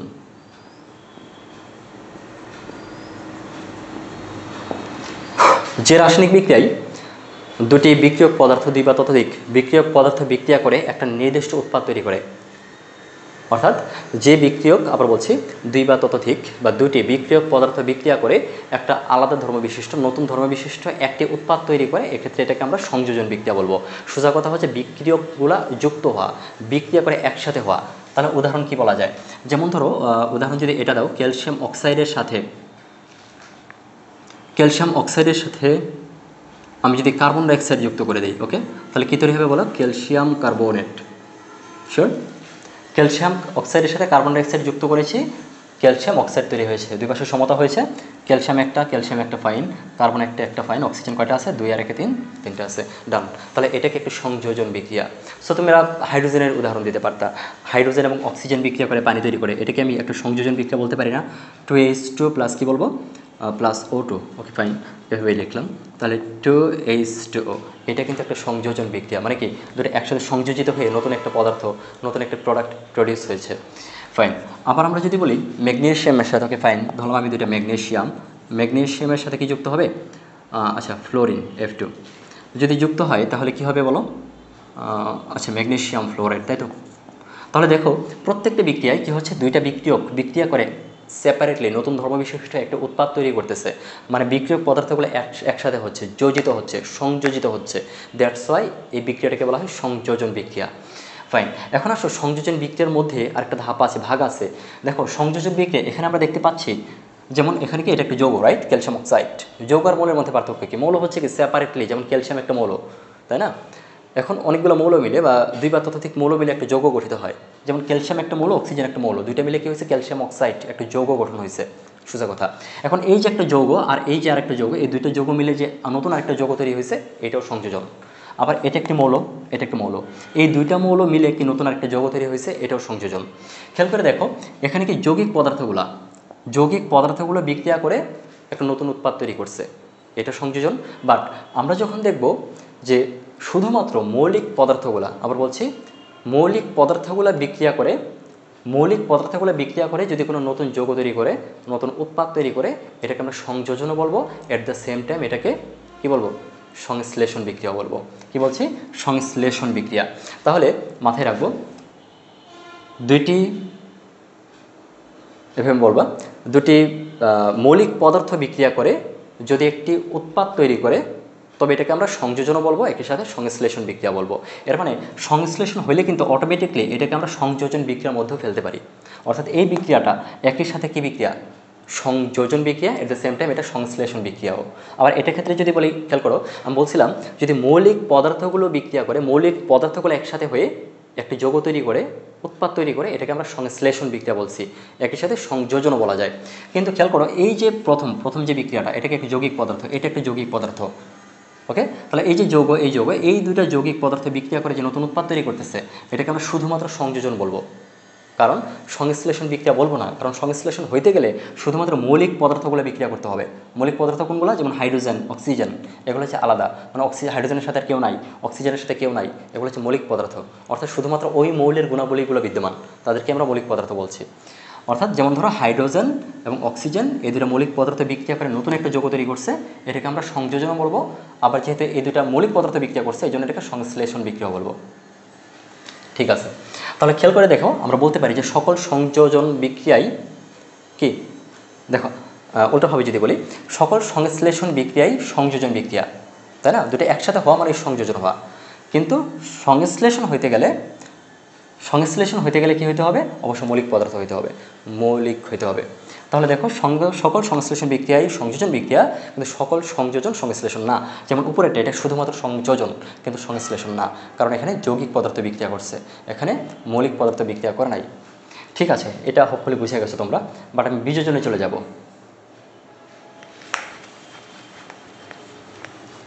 বিযোজন হচ্ছে একটু আগে আমরা কি করলাম, মৌলিক পদার্থ বা যৌগিক পদার্থগুলো একসাথে হয়েছে, একসাথে সংযোজিত হয়ে নতুন একটা প্রোডাক্ট তৈরি করছে, এটাকে আমরা সংযোজন বলেছিলাম। তো বিযোজনের ক্ষেত্রে বিষয়টা হবে, বিযোজনের ক্ষেত্রে ওকে, সো বিযোজনের ক্ষেত্রে যেটা বলবো, আমি যদি ওই বিক্রিয়াটাই যেটা প্রথমে লিখেছিলাম ক্যালসিয়াম কার্বনেট, এটাকে যদি আমি উল্টায় দিই, মানে তাপ প্রয়োগ করি, তাহলে কি হবে, ক্যালসিয়াম অক্সাইড এবং কার্বন ডাইঅক্সাইড তৈরি হবে। তাহলে খেয়াল করে দেখো তো, এই যে ক্যালসিয়াম কার্বনেটকে এই একটা যৌগ ভেঙে দুইটা আলাদা আলাদা উৎপাদ তৈরি হয়েছে, মানে একটা ভেঙে দুই বা ততোধিক হওয়া, এটা হচ্ছে কি বিযোজন হওয়া, বিযোজিত হওয়া, ভেঙে যাওয়া। আবার কি যদি পানির কথা বলা হয়, পানিকে যদি ইলেকট্রোলাইসিস করা হয়, তাহলে হাইড্রোজেন এবং অক্সিজেন তৈরি হবে, এটাও কি আমি বিযোজনের মধ্যে ফেলতে পারি। এখন আসো একটু আগে যে উদাহরণটা দিয়েছিলাম ওইটা দেখাই। আচ্ছা, যদি আমি বলি ম্যাগনেসিয়াম ফ্লোরাইড, ওকে, সো এটা থেকে কী তৈরি হবে বলো, 2 ম্যাগনেসিয়াম প্লাস আচ্ছা F2। তাহলে আমি যদি বিক্রিয়াটা এভাবে লিখি, তাহলে বিষয়টা একটু খেয়াল করো, এখানে কিন্তু একটা যৌগিক পদার্থ ক্যালসিয়াম কার্বনেট, একটা যৌগিক পদার্থটা বিক্রিয়া করে কি করছে, ভিন্ন ধর্মী দুইটা উৎপাদ তৈরি করছে, এটাকে একটা বিযোজন বিক্রিয়া, no confusion, no doubt, but it's true যে কি এটা একটা বিযোজন বিক্রিয়া, মানে ভেঙে গেছে, বিযোজিত হয়েছে। কিন্তু এখানে কি করছে, এখানেও ভেঙে গেছে, বিযোজিত হয়েছে, বাট এখানে খেয়াল করো এই যে যৌগিক পদার্থটা ভেঙে গিয়ে দুইটা আলাদা আলাদা মৌলিক পদার্থ তৈরি করছে, তাই না? অর্থাৎ ম্যাগনেসিয়াম এবং ফ্লোরিন, ম্যাগনেসিয়ামের সাথে কেউ নাই, ফ্লোরিনের সাথে কেউ নাই, মানে কি সেপারেটলি দুটো মৌলিক পদার্থ তৈরি করছে। সো যদি কোনো বিক্রিয়া কি যৌগিক পদার্থগুলো বিক্রিয়া করে কি করে, শুধুমাত্র মৌলিক পদার্থ উৎপন্ন করে, এদেরকে আমরা বিযোজনও বলবো, এট দ্য সেম টাইম তাদেরকে বিশ্লেষণ বিক্রিয়াও বলবো। ওকে, তাহলে আমরা বলতে পারি সকল বিশ্লেষণ বিক্রিয়াই একটা কি বিযোজন বিক্রিয়া, তবে সকল বিযোজন বিশ্লেষণ বিক্রিয়া নয়। ঠিক আছে, এবার আমরা প্রতিস্থাপন বিক্রিয়া চলে যাব। প্রতিস্থাপনটা আরও ইজি রিলেট করা। প্রতিস্থাপন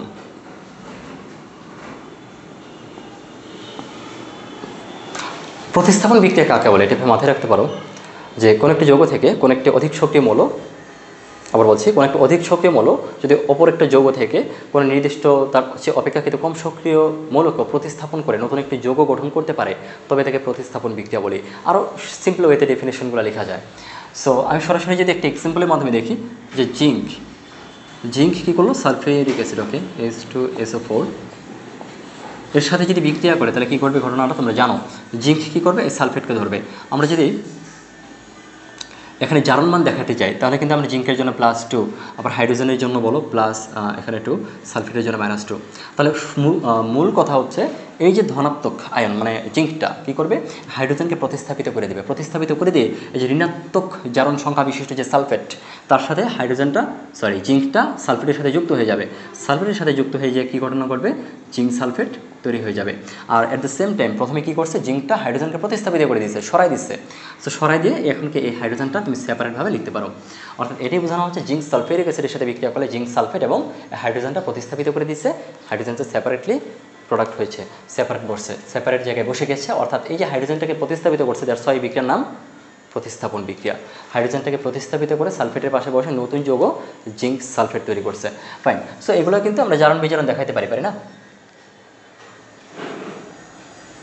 আচ্ছা ওয়েট, এখানে আমরা কিন্তু জারণ বিজারণ বলতে খেয়াল করো, আমরা কিন্তু জিঙ্কের জন্য যদি আমরা স্পেসিফিকলি জারণ মানের কথা বলতাম, ওকে, জিঙ্কের জারণ মানের কথা বলতাম, এখানে কিন্তু জারণ মানটা কথা বলতো 0 হতো। কারণ আমরা জানি যে কোনো ধাতুর ক্ষেত্রে জারণ মানটা 0 হয়, অর্থাৎ কারোর সাথে যদি সে সংযুক্ত অবস্থায় না থাকে। ফাইন, ঠিক আছে। তাছাড়া আবার কনফিউজড হয়ে যাওয়া, স্যার এক্ষেত্রে আবার উপরে এই +2 বা এই সংখ্যাগুলো কেন দিয়েছিলেন। জিঙ্কের সাথে যদি কেউ থাকতো, রাইট, জিঙ্ক সালফেট, তাহলে সেক্ষেত্রে জিঙ্কের জন্য +2, সালফেটের জন্য -2। ঠিক আছে, এবার আমি দহন বিক্রিয়ায় চলে যাব। দহন বিক্রিয়া বলতে কোনো কিছুকে বাতাসের অক্সিজেনের সাথে পোড়ানো। কি বলছি, কোনো কিছুকে বাতাসের অক্সিজেনের সাথে পোড়ানো। যেমন হতে পারে, যেমন কার্বন, আমার দিকে কার্বন যদি অক্সিজেনের সাথে বিক্রিয়া করে কার্বন ডাইঅক্সাইড তৈরি করবে, শিওর। আবার আমি যদি বলি মিথেন, যে বিক্রিয়াটা তোমরা বিভিন্ন সময় দেখে আসছো, অর্গানিক কেমিস্ট্রিতে এটা কাজে লাগবে, চ্যাপ্টার 11-এ, ক্লাস 19-এ কথা বলছি। আবার ইন্টারমিডিয়েট লেভেলে, ওকে, কেমিস্ট্রি সেকেন্ড পার্টের 2nd অধ্যায় অর্গানিক কেমিস্ট্রিতে জৈব রসায়নে কাজে লাগবে। মিথেনের সাথে যদি আমি বেশি পরিমাণে অক্সিজেন নেই তাহলে এখানে কী তৈরি হয়েছিল বলো তো, কার্বন ডাইঅক্সাইড তৈরি হবে, তাই না? কার্বন ডাইঅক্সাইড তৈরি হবে এবং কি জলীয় বাষ্প রূপে উড়ে যাবে। ফাইন। তাহলে এই যে বিক্রিয়াগুলো, অর্থাৎ কোনো যৌগকে বা কোনো মৌলকে, কোনো কিছুকে বাতাসের অক্সিজেনের সাথে পোড়ানো, অক্সিজেনের সাথে বিক্রিয়া, এগুলো হচ্ছে দহন বিক্রিয়া। যদি এই উদাহরণগুলো মৌলের ক্ষেত্রে আমরা দিয়ে থাকি, দহন বিক্রিয়ার উদাহরণগুলো, তুমি এখানে ম্যাগনেসিয়ামের সাথে অক্সিজেন, ম্যাগনেসিয়াম অক্সাইড হতে পারে না? অর্থাৎ যেমন ধর কী বললাম, ম্যাগনেসিয়ামের সাথে অক্সিজেন বিক্রিয়া করবে। ফাইন, তাহলে কী তৈরি হবে বলো, তো ম্যাগনেসিয়াম অক্সাইড। কোনো কিছুকে বাতাসের সংস্পর্শে বিক্রিয়া করা, পুরানো, এটি হচ্ছে দহন বিক্রিয়া। নন রেডক্স বিক্রিয়া,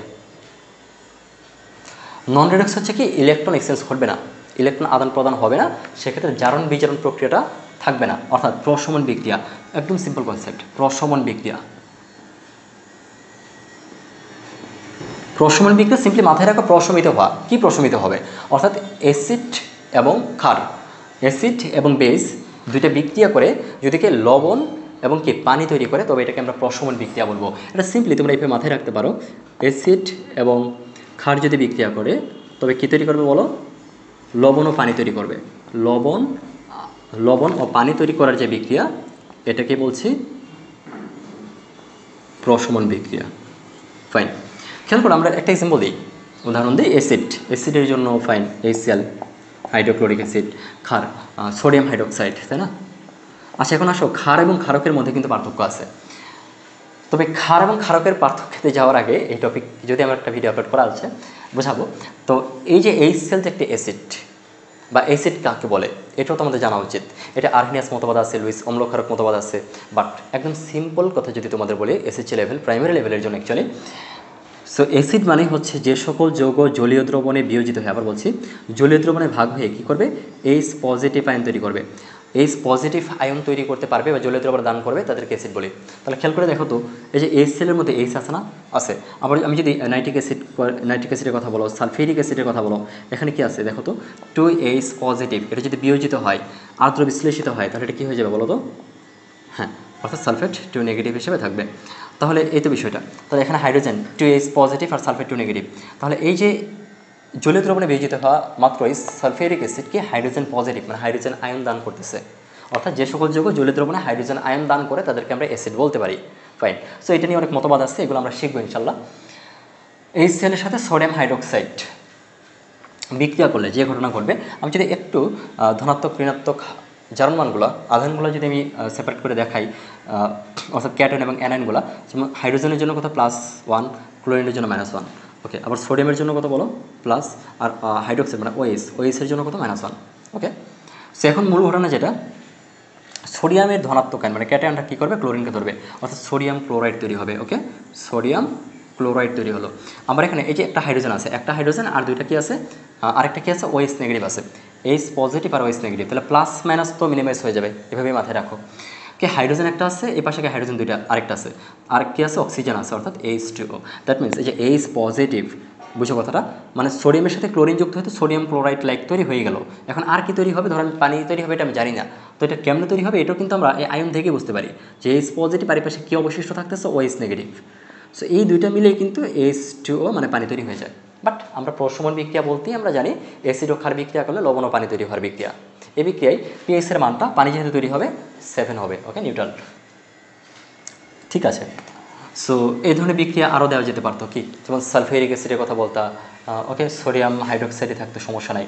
কি বলছে, sulphuric acid H2SO4 plus sodium hydroxide যদি বিক্রিয়া করে কী হবে, সোডিয়াম সালফেট হবে। আবার কি তৈরি হবে বলো, হ্যাঁ সোডিয়াম সালফেট হবে, লিখে দিচ্ছি সোডিয়াম কি সালফেট, আচ্ছা SO4। সালফেটের জারণ মান বা যোজনী কত 2, এই জন্য সোডিয়ামের পাশে 2 বসবে, সোডিয়ামের যোজনী 1, এই জন্য সালফেটের পাশে 1 বসে, 1টা লেখার প্রয়োজন হয় না। আর কি বসবে, যখন সোডিয়াম গিয়ে কি সালফেটকে ধরছে, তাহলে এখানে আর কি থাকতেছে, পানি তৈরি হবে, তাহলে 2H2 পানি তৈরি হবে, তাই তো, ওকে। সো আমরা চাইলে কিন্তু এখানেও হ্যাঁ এখানে যদি সমতা হয়ে গেছে, হ্যাঁ হয়ে গেছে এটা সমতা। সো সোডিয়াম সালফেট এবং কি পানি তৈরি হলো, তাহলে এই যে আমি বললাম যে সোডিয়াম ক্লোরাইড বা সোডিয়াম সালফেট দেখেছি, এগুলো একটা লবণ, আর H2 মানে পানি, অর্থাৎ দেখতে পেলাম অ্যাসিড এবং ক্ষার বিক্রিয়া করে লবণ ও পানি তৈরি হয়েছে, এটাকে একটা প্রশমন বিক্রিয়া। সো এটা নিয়ে সমস্যা হওয়ার কথা না। অধঃক্ষেপণ বিক্রিয়াতে চলে যাব।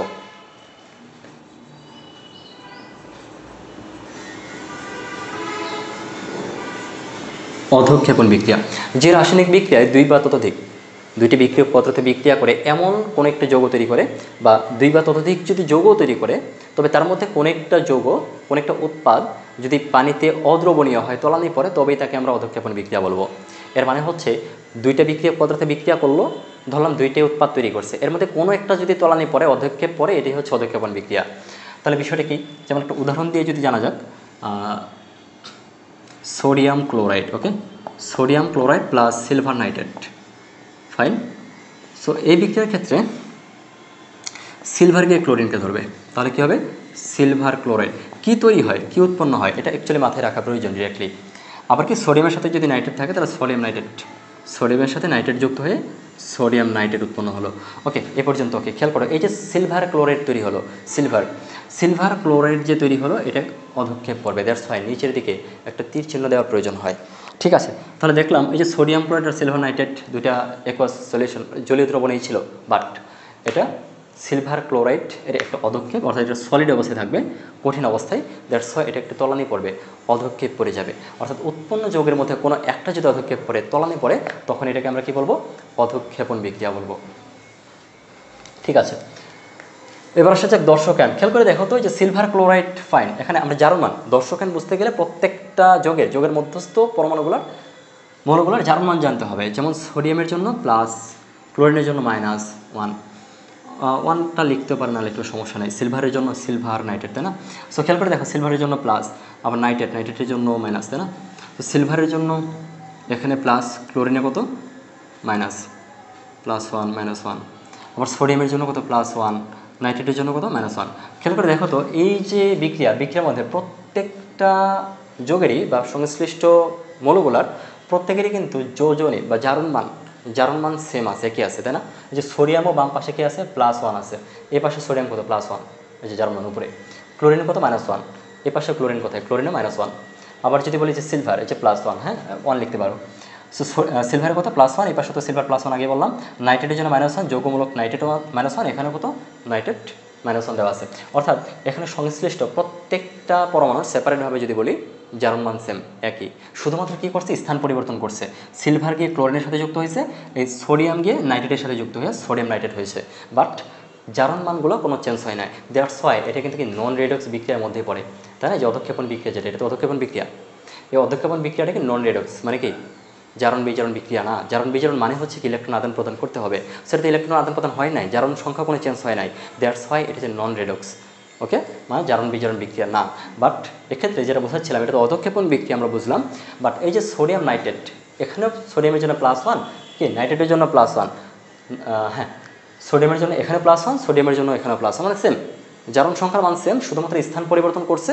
দ্যাটস ওয়াই এই যে সোডিয়াম নাইট্রেট, এটা যেহেতু জারণ সংখ্যার পরিবর্তন ঘটে নাই, ইলেকট্রন স্থানান্তর করে নাই, শুধুমাত্র মৌলগুলা, সংশ্লিষ্ট মৌলগুলা কি স্থান পরিবর্তন করছে। দ্যাটস ওয়াই এটাকে আমরা বলবো দর্শকায়ন। ঠিক আছে, অর্থাৎ তারা কি বিক্রিয়ায় শুধুমাত্র তার স্থান পরিবর্তন করার মাধ্যমে নতুন একটা যৌগ তৈরি করছে, দ্যাটস ইট, ইলেকট্রন স্থানান্তর করে নাই। তাহলে এদেরকে আমরা দর্শকায়ন বলবো। দর্শকায়ন মানে কি, যে আয়নের সংখ্যা চেঞ্জ হয় নাই, অর্থাৎ চার্জের সংখ্যা চেঞ্জ হবে না। আর্দ্র বিশ্লেষণ, আরেকটা হচ্ছে পানি যোজন। আর্দ্র বিশ্লেষণ, দেখো আর্দ্র মানে কি, কোনো কিছু আর্দ্র হওয়া মানে কি পানির সাথে ভেজা বা এরকমই তো, তাই না? আচ্ছা, আর্দ্র বিশ্লেষণ বলতে যেটা বলছিলাম, আর্দ্র বিশ্লেষণ, কোনো কিছু আর্দ্র হয়, ভেজা হয় কখন, যখন তার মধ্যে পানি লাগে, পানির সাথে বিক্রিয়া হয়, পানিতে পড়ে, তখন এতে আর্দ্র হয়। আমি যদি সিম্পলি এভাবে চিন্তা করি, যেমন ধরো, আচ্ছা অ্যালুমিনিয়াম ক্লোরাইড, হ্যাঁ AlCl3, অ্যালুমিনিয়াম ক্লোরাইডের সাথে যদি পানি বিক্রিয়া করে, পানির সাথে কোনো কিছু বিক্রিয়া হওয়া মানেই হচ্ছে এটাকে আর্দ্র বিশ্লেষণ বিক্রিয়া। পানির সাথে বিক্রিয়া হতে হবে, এই পানিটা বিয়োজিত হতে হবে, পানিটার হাইড্রোলাইসিস মানে বিয়োজিত হওয়ার ফলে পানির বিয়োজিত অংশের সাথে অ্যালুমিনিয়ামের একটা অংশ, ক্লোরিনের একটা অংশ যুক্ত হবে। সোজা কথা বোঝাই দিচ্ছি, পানির সাথে যদি অ্যালুমিনিয়াম ক্লোরাইড যুক্ত হয়, তাহলে এখানে তৈরি হবে অ্যালুমিনিয়াম হাইড্রোক্সাইড। ওকে, অ্যালুমিনিয়ামের সাথে OH অংশ যুক্ত হয়েছে, আর এখানে আলাদাভাবে তৈরি হবে HCl। ওকে, আবার বলছি, অ্যালুমিনিয়ামের সাথে পানির অণুর OH নেগেটিভ একটা অংশ থাকে, তাহলে অ্যালুমিনিয়াম হাইড্রোক্সাইড তৈরি হবে, আর এখানে একটা হাইড্রোজেন থাকবে অবভিয়াসলি, আবার এখানে একটা ক্লোরিন থাকবে, দুইটা মিলে HCl গঠন হয়ে যাবে। মানে এটা হচ্ছে সিম্পল প্রসেস। এখন আসো এটা কেমনে কী ঘটছে খেয়াল করো। আমি যদি বলতাম যে পানি যেটা, পানিকে যদি আমি আর্দ্র বিশ্লেষণ করি, মানে বিয়োজিত করি, সোজা কথা বিয়োজিত করি, তাহলে বিষয়টা কী ঘটবে বলো তো? H positive plus OH negative, মানে হাইড্রোজেন আয়ন আর কি বলো, এই হাইড্রোক্সিল আয়ন হিসেবে তারকে সেপারেট হয়ে যেতে পারে। এখন এই যে পানির অণুর যে হাইড্রোক্সিল যে অংশ, OH অংশ, এই OH এর নেগেটিভ অংশ, হাইড্রোক্সিল অংশটা অ্যালুমিনিয়ামের সাথে যুক্ত হবে।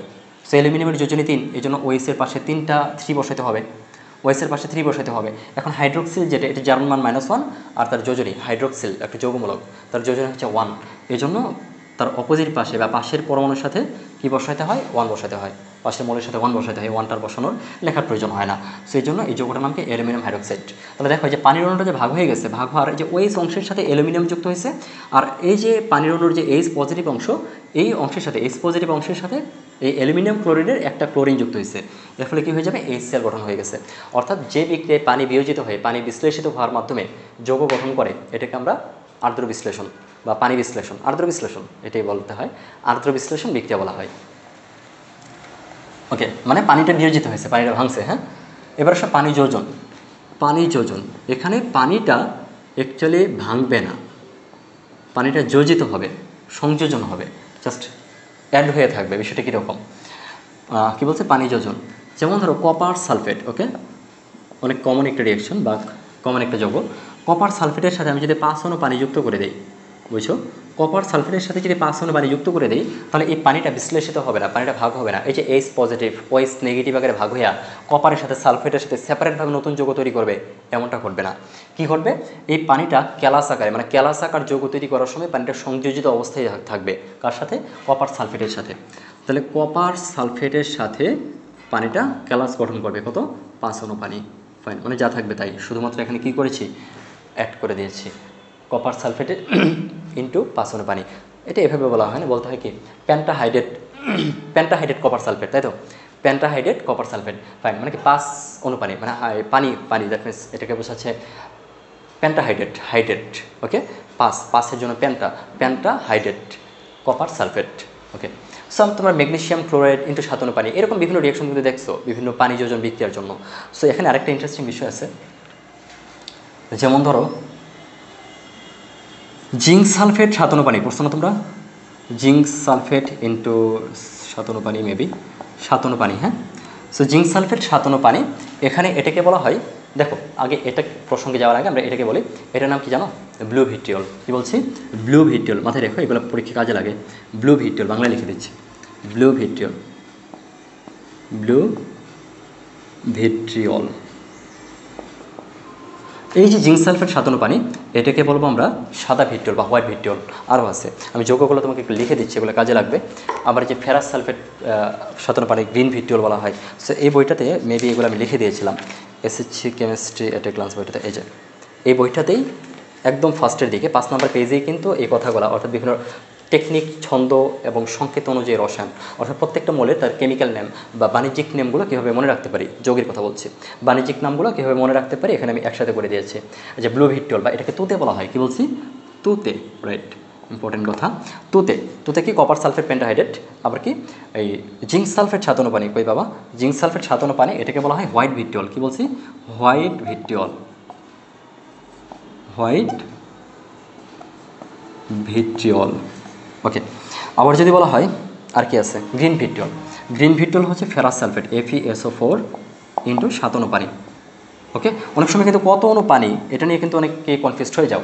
মাথায় রাখবা শুধু কপার সালফেটের সাথে 5 অণু পানি, আর বাকি যে দুইটা ভিট্রিয়ল শিখাচ্ছে এই দুইটার সাথে কি 7 অণু পানি। জিঙ্ক সালফেটের সাথে 7 অণু এবং কি ফেরাস সালফেটের সাথেও 7 অণু পানি। এটা কি আয়রন? আয়রন কিন্তু শিক্ষা পরীক্ষায় সবুজ বর্ণ প্রদর্শন করে, নীলও দেখায়, আলাদা বিষয়। বাট মাথায় রাখবা আয়রন অলওয়েজ, বা ফেরাস যেটা, আয়রন অলওয়েজ কি গ্রিন, মানে সবুজ বর্ণ প্রদর্শন করে। সোজা কথা, এটাকে বলবো আমরা গ্রিন ভিট্রিয়ল, গ্রিন ভিট্রিয়ল। ঠিক আছে, ফেরাস সালফেট 7 অণু পানি গ্রিন ভিট্রিয়ল, জিঙ্ক সালফেট 7 অণু পানি হোয়াইট ভিট্রিয়ল, এবং কপার সালফেট 5 অণু পানি, এটাকে আমরা ব্লু ভিট্রিয়ল বলবো বা তুতে বলছিলাম। যাই হোক, সো যখন যা প্রয়োজন ইনশাল্লাহ দেখাবো। এগুলো আসলে এমসিকিউর জন্য খুবই ইম্পর্টেন্ট, ইন্টারমিডিয়েটে গিয়ে কাজে লাগবে। ঠিক আছে, আমরা কি শিখলাম? পানি যোজন। যেহেতু পানি যোজন শিখলে, একটা পানিও আমি খেয়ে নিচ্ছি, তোমরাও পানি পান করে নাও। চা পান করতে পারো, কফি পান করতে পারো, ঠিক আছে? মাঝে মধ্যে একটু মুভমেন্ট করতে পারো, লাফাইতে পারো, হাঁটতে পারো, গান গাইতে পারো, হোয়াট এভার। আমাদের মস্তিষ্কটা একটার সাথে শরীর উভয় যেন অ্যাক্টিভ থাকে।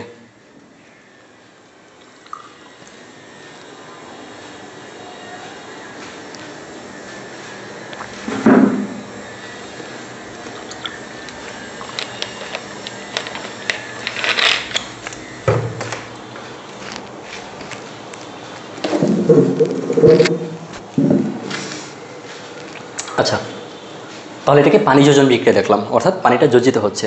আচ্ছা, এতক্ষণ যে রেকর্ডিং করা হচ্ছে, আমি তো ব্যাক সাইড থেকে দেখতে পাচ্ছি না অ্যাকচুয়ালি রেকর্ডিং হচ্ছে কিনা, আমি একটু চেক করে নিচ্ছি। আলহামদুলিল্লাহ। তাছাড়া পুরো ক্লাসটা এই যে 1-1.5 ঘন্টা অতিবাহিত হতে যাচ্ছে, এই সময়টাই বৃথা যেত আর কি।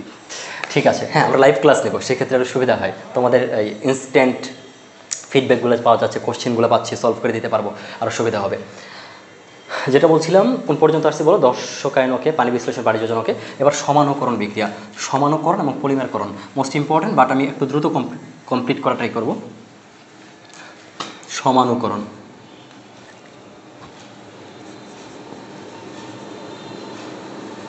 এটা দন্তন্য, সমানুকরণ। ওকে, মাথায় রাখবা যে সমানুকরণ বিক্রিয়া কোন একটি যৌগের আণবিক সংকেত যদি একই হয় কিন্তু গাঠনিক সংকেত যদি আলাদা আলাদা হয়। আবার বলছি, আণবিক সংকেত একই কিন্তু গাঠনিক সংকেত যদি ভিন্ন ভিন্ন হয় এবং তাদের বৈশিষ্ট্য যদি আলাদা হয়, তবে তাদেরকে সমানুকরণ বিক্রিয়া বা সমাণু বলা হয়।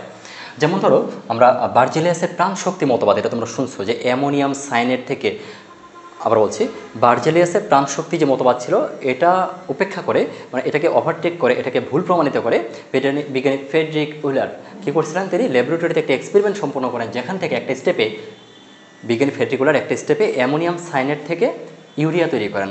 ওকে, অ্যামোনিয়াম সায়ানেট থেকে ইউরিয়া তৈরি করেন। বিষয়টা কী ছিল? অ্যামোনিয়াম সায়ানেট, ওকে, N=CnO, ammonium cyanate, N=CnO, ammonium cyanate থেকে ইউরিয়া তৈরি করেন, H2NCO, NH2। এই যে রাইট সাইড, মানে উৎপাদের পাশে যেটা লিখলাম, এটাকে ইউরিয়া বলে। কি বলছি? ইউরিয়া। সো দেখি এখানে হাইড্রোজেন সংখ্যা কি সমান আছে? 4টা। নাইট্রোজেন কয়টা আছে? নাইট্রোজেন 2টা, নাইট্রোজেন এই পাশে 2টা। অক্সিজেন কয়টা আছে? একটা আছে। কার্বন একটা, ফাইন। তাহলে দেখো, এটার মধ্যে যেই শতকরা সংযুতি অনুযায়ী আছে, পরমাণুর সংখ্যা যা আছে এই পাশে তাই আছে, মানে সমতা আছে, ইটস ট্রু। বাট এই যে অ্যামোনিয়াম সায়ানেট, এটা ধর্ম আলাদা, ইউরিয়া ধর্ম আলাদা। অর্থাৎ একটা আণবিক সংকেত, বাট তাদের গঠনটা চেঞ্জ হয়ে গেছে না? এটা মনে হচ্ছে না যে মধ্যে সিও আছে, দুই পাশে NH2 NH2, সোজা কথা এটা হচ্ছে ইউরিয়া, তার ধর্মটাই সেপারেট। সো আমি যদি আরেকটু সহজ ভাষায় বলি, যেমন ধরো CH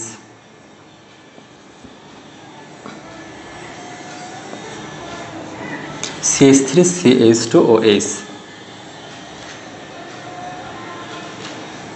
আবার যদি বলা হয়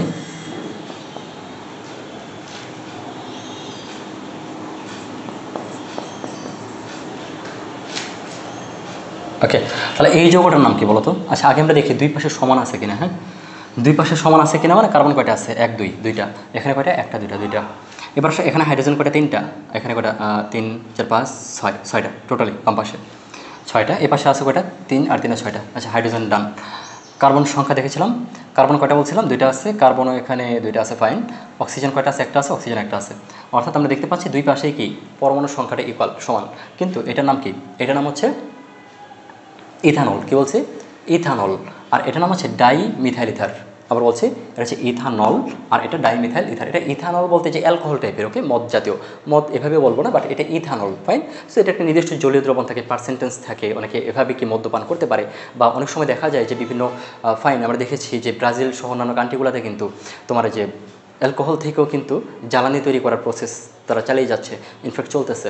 সো যাই হোক, সো এটা হচ্ছে ইথানল, এটা হচ্ছে ডাইমিথাইল ইথার। সো দুইটার মধ্যে আমরা দেখতে পাচ্ছি কি রাসায়নিক সংযুতিটা বা হাইড্রোজেন অক্সিজেন কার্বন এর পরিমাণটা, অনুপাতটা কিন্তু ইকুয়াল। খেয়াল করে দেখো তো। সো এর মধ্যে টোটালি কার্বন কটা আছে বলছিলাম? C2, কার্বন দুইটা, তাই না? C2। হাইড্রোজেন কটা আছে বলো তো? 3 4 5 6, C2H6। অক্সিজেন কটা আছে? একটা আছে, C2H6O, ওকে।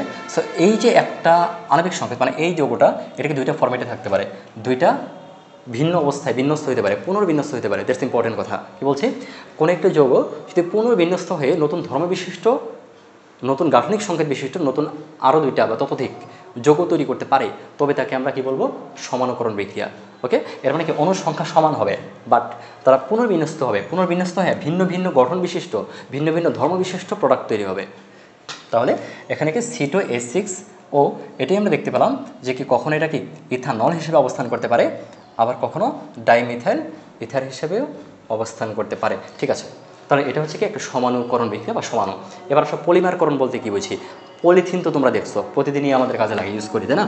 পলিথিন যদি এটা গভর্নমেন্টভাবে, সরকারিভাবে কি কিছু কিছু জায়গায় কিছু ক্ষেত্রে রেস্ট্রিক্টেড করা ছিল, তাই না? যে এত সংখ্যক বেশি পলিথিন ইউজ করা যাবে না, ইনফ্যাক্ট পলিথিন ইউজ করা যাবে না, এরকম কথা ছিল। বা এটা আমাদের পরিবেশের জন্য অনেক ক্ষতিকর ইম্প্যাক্ট ফেলে। কীরকম? পলিথিন যদি তুমি মাটির নিচে ফেলে দাও, মাটির নিচে দীর্ঘদিন ধরে পড়ে থাকে, সহজে কিন্তু পচবে না, অপচনশীল।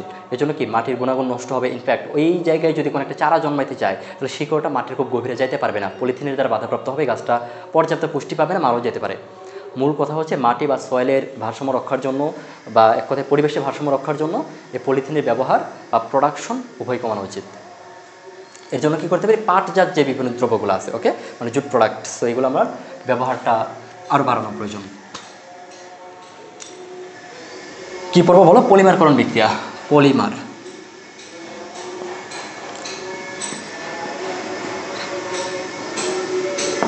পলিমার পলিমার হচ্ছে দুই বা ততোধিক অণু, আমরা বলছি কিছু সংখ্যক অণু সম্মিলিত হয়ে যদি একটি বৃহৎ আকৃতি বিশিষ্ট অণুতে রূপান্তরিত হয়, উৎপাদে রূপান্তরিত হয়, তখন এটা আমরাকে পলিমার বলবো। পলি মানে হচ্ছে অসংখ্য। কি বললাম? পলি মানে হচ্ছে অসংখ্য, অসংখ্য, ওকে, অসংখ্য। আর মার বলতে এখানে কি মনোমার আছে। সোজা কথা হচ্ছে অনেকগুলো মনোমার, আবার বলছি অনেকগুলো মনোমার একসাথে হয়ে একটা পলিমার গঠিত হয়। স্যার মনোমার কি? পলিমার বুঝলাম যে কি, যেমন পলিথিন ধরলাম একটা পলিমার করণ প্রক্রিয়া বা পলিমার। আবার বলছি পলিথিন কি ইথিন থেকে আসে, অনেকগুলো ইথিন একসাথে হয়ে একটা পলিথিন গঠন হয়। তাহলে আমি একদম বিক্রিয়াটা সরাসরি দেখা দিচ্ছি, বুঝতে সুবিধা হবে। যেমন ইথিনের সংকেত কি জানো? CH2CH2। আমি কিন্তু ইথিন মিথিন বা সোজা কথা অ্যালকিন অ্যালকোহল এই বিক্রিয়াগুলো কিন্তু এখনও শিখাই নাই, বা সমগোত্র শ্রেণীর যৌগগুলো কেমনি কী গঠিত হয়, বা জৈব রসায়ন অর্গানিক কেমিস্ট্রি যে চ্যাপ্টার 11 তোমাদের কথা যদি বলি, SHC লেভেলের চ্যাপ্টার 11। সো এই অধ্যায়টা ইনশাল্লাহ একদম ফার্স্ট টু লাস্ট ইনশাল্লাহ ক্লিয়ার করে দেবো। একটু টাইম লাগবে, কারণ একটার পর একটা ধারাবাহিকভাবে যেহেতু আমরা কি প্রত্যেকটা অধ্যায়ভিত্তিক ভিডিওগুলো নিয়ে আসছি, সো ইনশাল্লাহ প্রত্যেকটা অধ্যায়েরই তোমরা পেয়ে যাবে। হ্যাঁ, এটা কি ইথিন, মাথায় রাখো সিম্পলি এটা হচ্ছে ইথিন। এখন অনেকগুলো ইথিন যদি একসাথে হয় বুঝো, এখানে কি ধরলাম আমি n সংখ্যক ইথিন একসাথে হয়েছে, CH2 এটা ইথিন, ফাইন।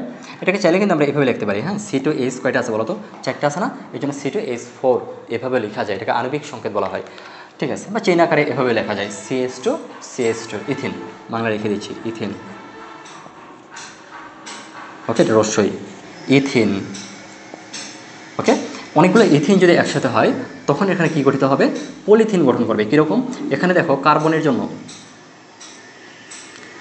কার্বনের মধ্যবর্তী এখানে হাত কয়টা ছিল, আচ্ছা তাহলে এখানে হাত সংখ্যা কমে যাবে, অর্থাৎ CH2, এখানে হাত কমে যাবে বলতে বোঝাচ্ছি, এই যে মধ্যে খেয়াল করো কার্বনের হাত তো 4, মানে কার্বনের যোজনী 4, এই জন্য হাইড্রোজেন 2টাকে ধরছে আর 2টা হাত দ্বারা পাশের আরেকটা CH2কে ধরছে, অর্থাৎ কার্বনের যোজনী 4 ফুলফিল হয়েছে। কিন্তু যখন তারা ইথিন মানে কি, এই যে CH কী করবে, পার্শ্ববর্তী আরেকটাকে যখন ধরবে, মানে আরেকটা কি ইথিনকে যখন ধরতে যাবে, সংযুক্ত হওয়ার ট্রাই করবে, তখন কি হবে, এই যে দ্বিবন্ধন ভেঙে এক বন্ধন হয়ে যাবে, ফলে এক বন্ধন তো হয়ে গেল, মানে কার্বনের যোজনী তো 4 হইতে হবে, হাইড্রোজেনকে ধরছে এক হাত দিয়া, এখানে এক বন্ধন, তাহলে হলে কত 2 আর এখানে 3, আচ্ছা সরি, এখানে CH2 থাকবে, শুধুমাত্র মধ্যবর্তী একটা হাতটা থাকবে না, তাহলে হাইড্রোজেনকে ধরছে 2 হাত দিয়ে, 2টা হাইড্রোজেনকে, এখানে একটা হাত দিয়ে CH2কে ধরছে 3টা, আর এখানে একটা হাত বাড়াই দিচ্ছে, মানে 4টা, 2 3 4, ফাইন। তাহলে এই যে প্রক্রিয়া, হ্যাঁ যেটা বলছিলাম, এর ফলে কী করতে পারে, ইথিনটা কী করতে পারে, এই যে একটা আমি হাত বাড়াই দিছি, এর মাধ্যমে আরও CH2 এর সাথে সংযুক্ত হতে পারে, এর মাধ্যমে কি এখানে একটা N বসে দিছি, মানে অনেকগুলো ইথিন একসাথে হয়ে একটা পলিথিন গঠন করে। সো সিম্পলি তুমি আবার ভিনাইল ক্লোরাইডের ক্ষেত্রে উদাহরণ দিতে পারতা, যেমন CH3CH2Cl, ওকে। সো অনেকগুলো CH3CH2Cl একসাথে হয়ে আমরা পলিভিনাইল ক্লোরাইড বা PVC তৈরির কথা শিখছি, তাই না, পলিভিনাইল ক্লোরাইড বা PVC তৈরির কথা জেনেছ। তাহলে হ্যাঁ কি বলছি, ভিনাইল ক্লোরাইড থেকে পলিভিনাইল ক্লোরাইড,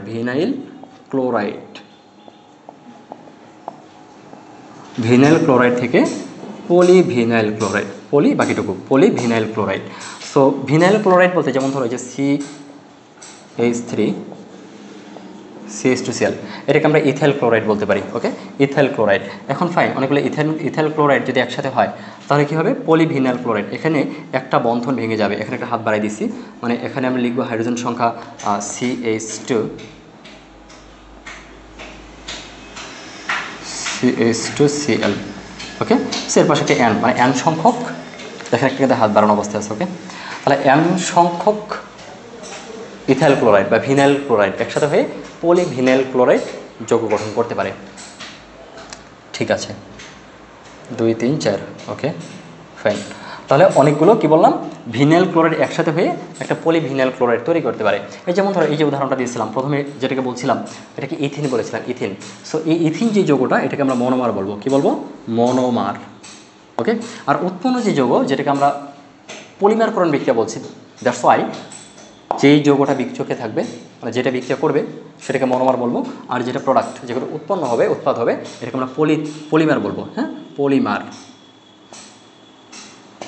ফাইন। এখন আসো মনোমারটাকে, এখানে ইথিন, ওকে, ইথিন, মনোমারের নাম হচ্ছে ইথিন। আর পলিমার কোনটা, মানে যেটা প্রোডাক্ট হয়েছে সেটার নাম কি, পলিথিন। এখন পলি কেন, পলি মানে অসংখ্য, ইথিন অনেকগুলো একসাথে যুক্ত হয়েছে, এই জন্য এটাকে বলবো পলিইথিন বা পলিথিন, হ্যাঁ পলিইথিন, বা সংক্ষেপে বলি পলিথিন, ওকে।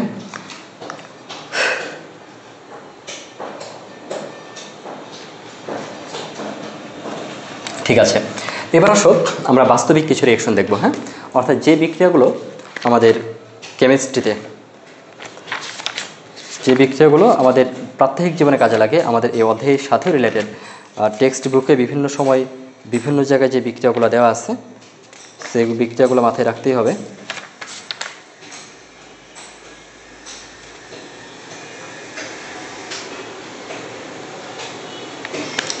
হ্যাঁ,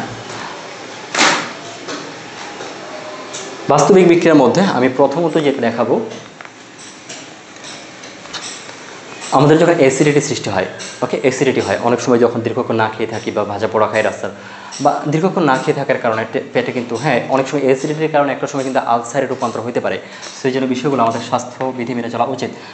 টপিকে আসি, কি বলছিলাম, বাস্তবিক বিভিন্ন বিক্রিয়া। যেমন ধরো অনেক সময় যখন আমাদের অ্যাসিডিটি সৃষ্টি হয়, অ্যাসিডিটি হলে পেটের মধ্যে HCl প্রডিউস হয়। কি বললাম, HCl তৈরি হবে।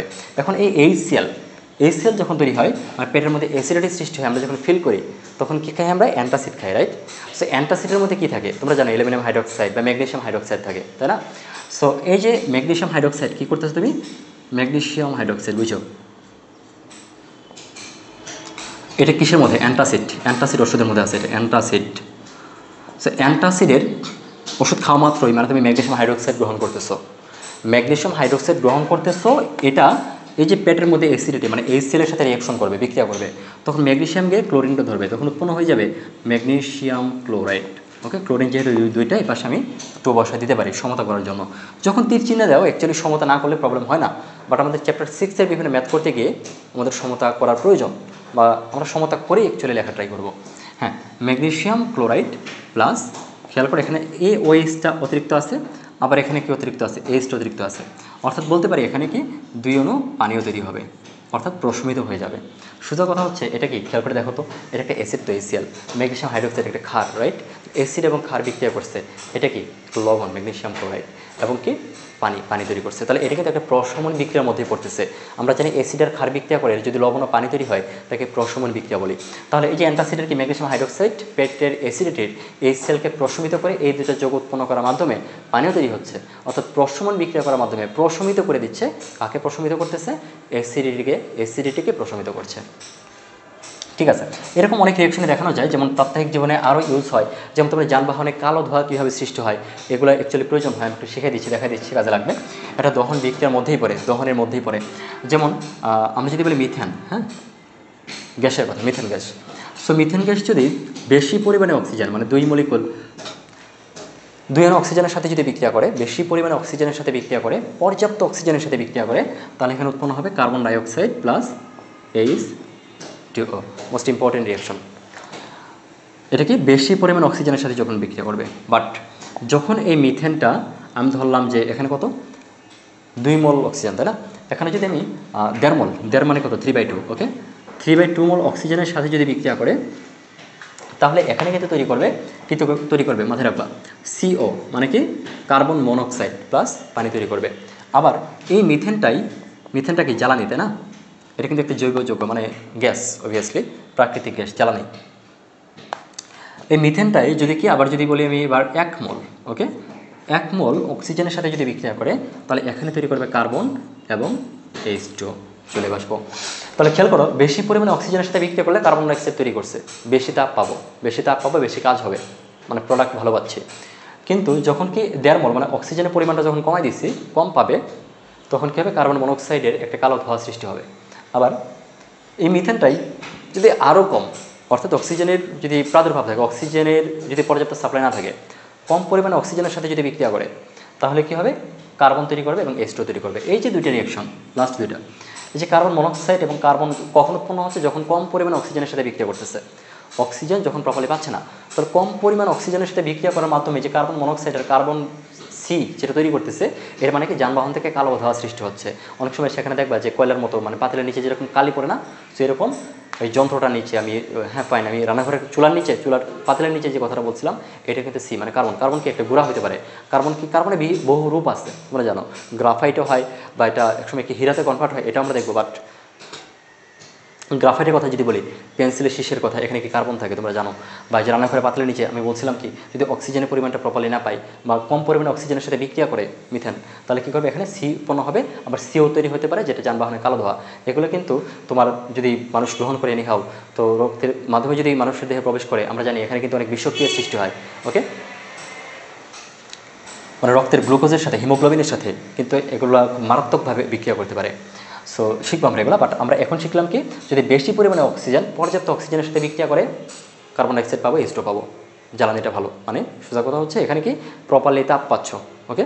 বাট এই যে অক্সিজেনের সাথে আর কি যদি কম পরিমাণে একদম 1 মোল অক্সিজেনের সাথে বিক্রিয়া করে, তাহলে কি একবার কার্বন মনোক্সাইড আর একবার শুধু কার্বন পাবো। ঠিক আছে, এবার আসো জাস্ট আরেকটা রিয়েকশন দিয়ে আমি শেষ করে দিই। আমি আজকে লাশ হাতিলের নীতি ধরবো না, লাশ হাতিলের নীতির জন্য আমি সেপারেটলি আরেকটা ভিডিও তৈরি করবো, যার মাধ্যমে লাশ হাতিলের নীতি অর্থাৎ একমুখী বিক্রিয়া, উভমুখী বিক্রিয়া, রাসায়নিক সাম্য অবস্থা কী, তাপচাপ ঘনমাত্রার প্রভাব কী, এই বিষয় নিয়ে ইনশাল্লাহ আমরা লাশ হাতিলের নীতিতে চলে যাব, লাশ হাতিলের নীতিতে পড়বো ইনশাল্লাহ। সো বাস্তবিক বিক্রিয়ার মধ্যে এগুলোই মাথায় রাখো।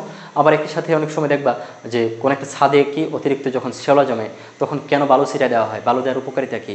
আমরা জানি অ্যাসিড আর ক্ষার বিক্রিয়া করলে, অ্যাসিড আর ক্ষার বিক্রিয়া করলে লবণ ও পানি তৈরি হয়। সো এর মাধ্যমে কী হচ্ছে, বালু দেওয়া মাত্র এই যে শ্যাওলাটা ছাদের ছেদছেদে জায়গাটা দূরীভূত হয়ে যাচ্ছে, প্রশমিত হয়ে যাচ্ছে, তখন আর পিছলাই পড়তেছে না। এ ধরনের বিভিন্ন রিয়াকশন আছে, হ্যাঁ, বিভিন্ন বিক্রিয়া আছে যেগুলো আমাদের প্রাত্যহিক জীবনে, বাস্তবিক জীবনের কাজে লাগে। সো এগুলো সহ আমি লাশ হাতিলের নীতি রিলেটেড স্পেসিফিকলি কী বলছি, লাশ হাতিলের নীতি, যেখানে আমরা তাপচাপ ঘনমাত্রার প্রভাব, একমুখ উভমুখী বিক্রিয়া, সাম্যাবস্থা সব ক্লিয়ার, ওভারঅল ক্লিয়ার করবে ইনশাল্লাহ। সো আজকের যে টপিকগুলো আমরা বললাম, সো এগুলো অবশ্যই নোট করে রাখবে। কোথায় কী প্রবলেম তাও যদি ফেস করো, তবুও যদি তোমাদের মধ্যে কোনো কোয়েশ্চেন অ্যারাইজ হয় তাহলে অবশ্যই আমাকে বলবে পার্সোনালি, হ্যাঁ, ইনবক্সও করবে, কমেন্টসও করতে পারো, সমস্যা নেই। এবং পরবর্তী ভিডিও আমি তো অবশ্যই লাশ হাতিলের নীতি রিলেটেড একটা দিবই, বাট এর পাশাপাশি কোন অধ্যায়ে তোমরা ওয়ান শট ভিডিও চাও বা কোন টপিক, কোন চ্যাপ্টারের ভিডিওগুলো স্পেসিফিকলি তোমরা চাও, এটা অবশ্যই জানাবে। তোমাদের সার্বিক মঙ্গল কামনার জন্য, তোমাদের রুমে বসে যেন ভালো একটা প্রিপারেশন নিতে পারো, এজন্য আমাদের এই চেষ্টা অব্যাহত থাকবে ইনশাল্লাহ। আজকে পর্যন্তই, আল্লাহ হাফেজ।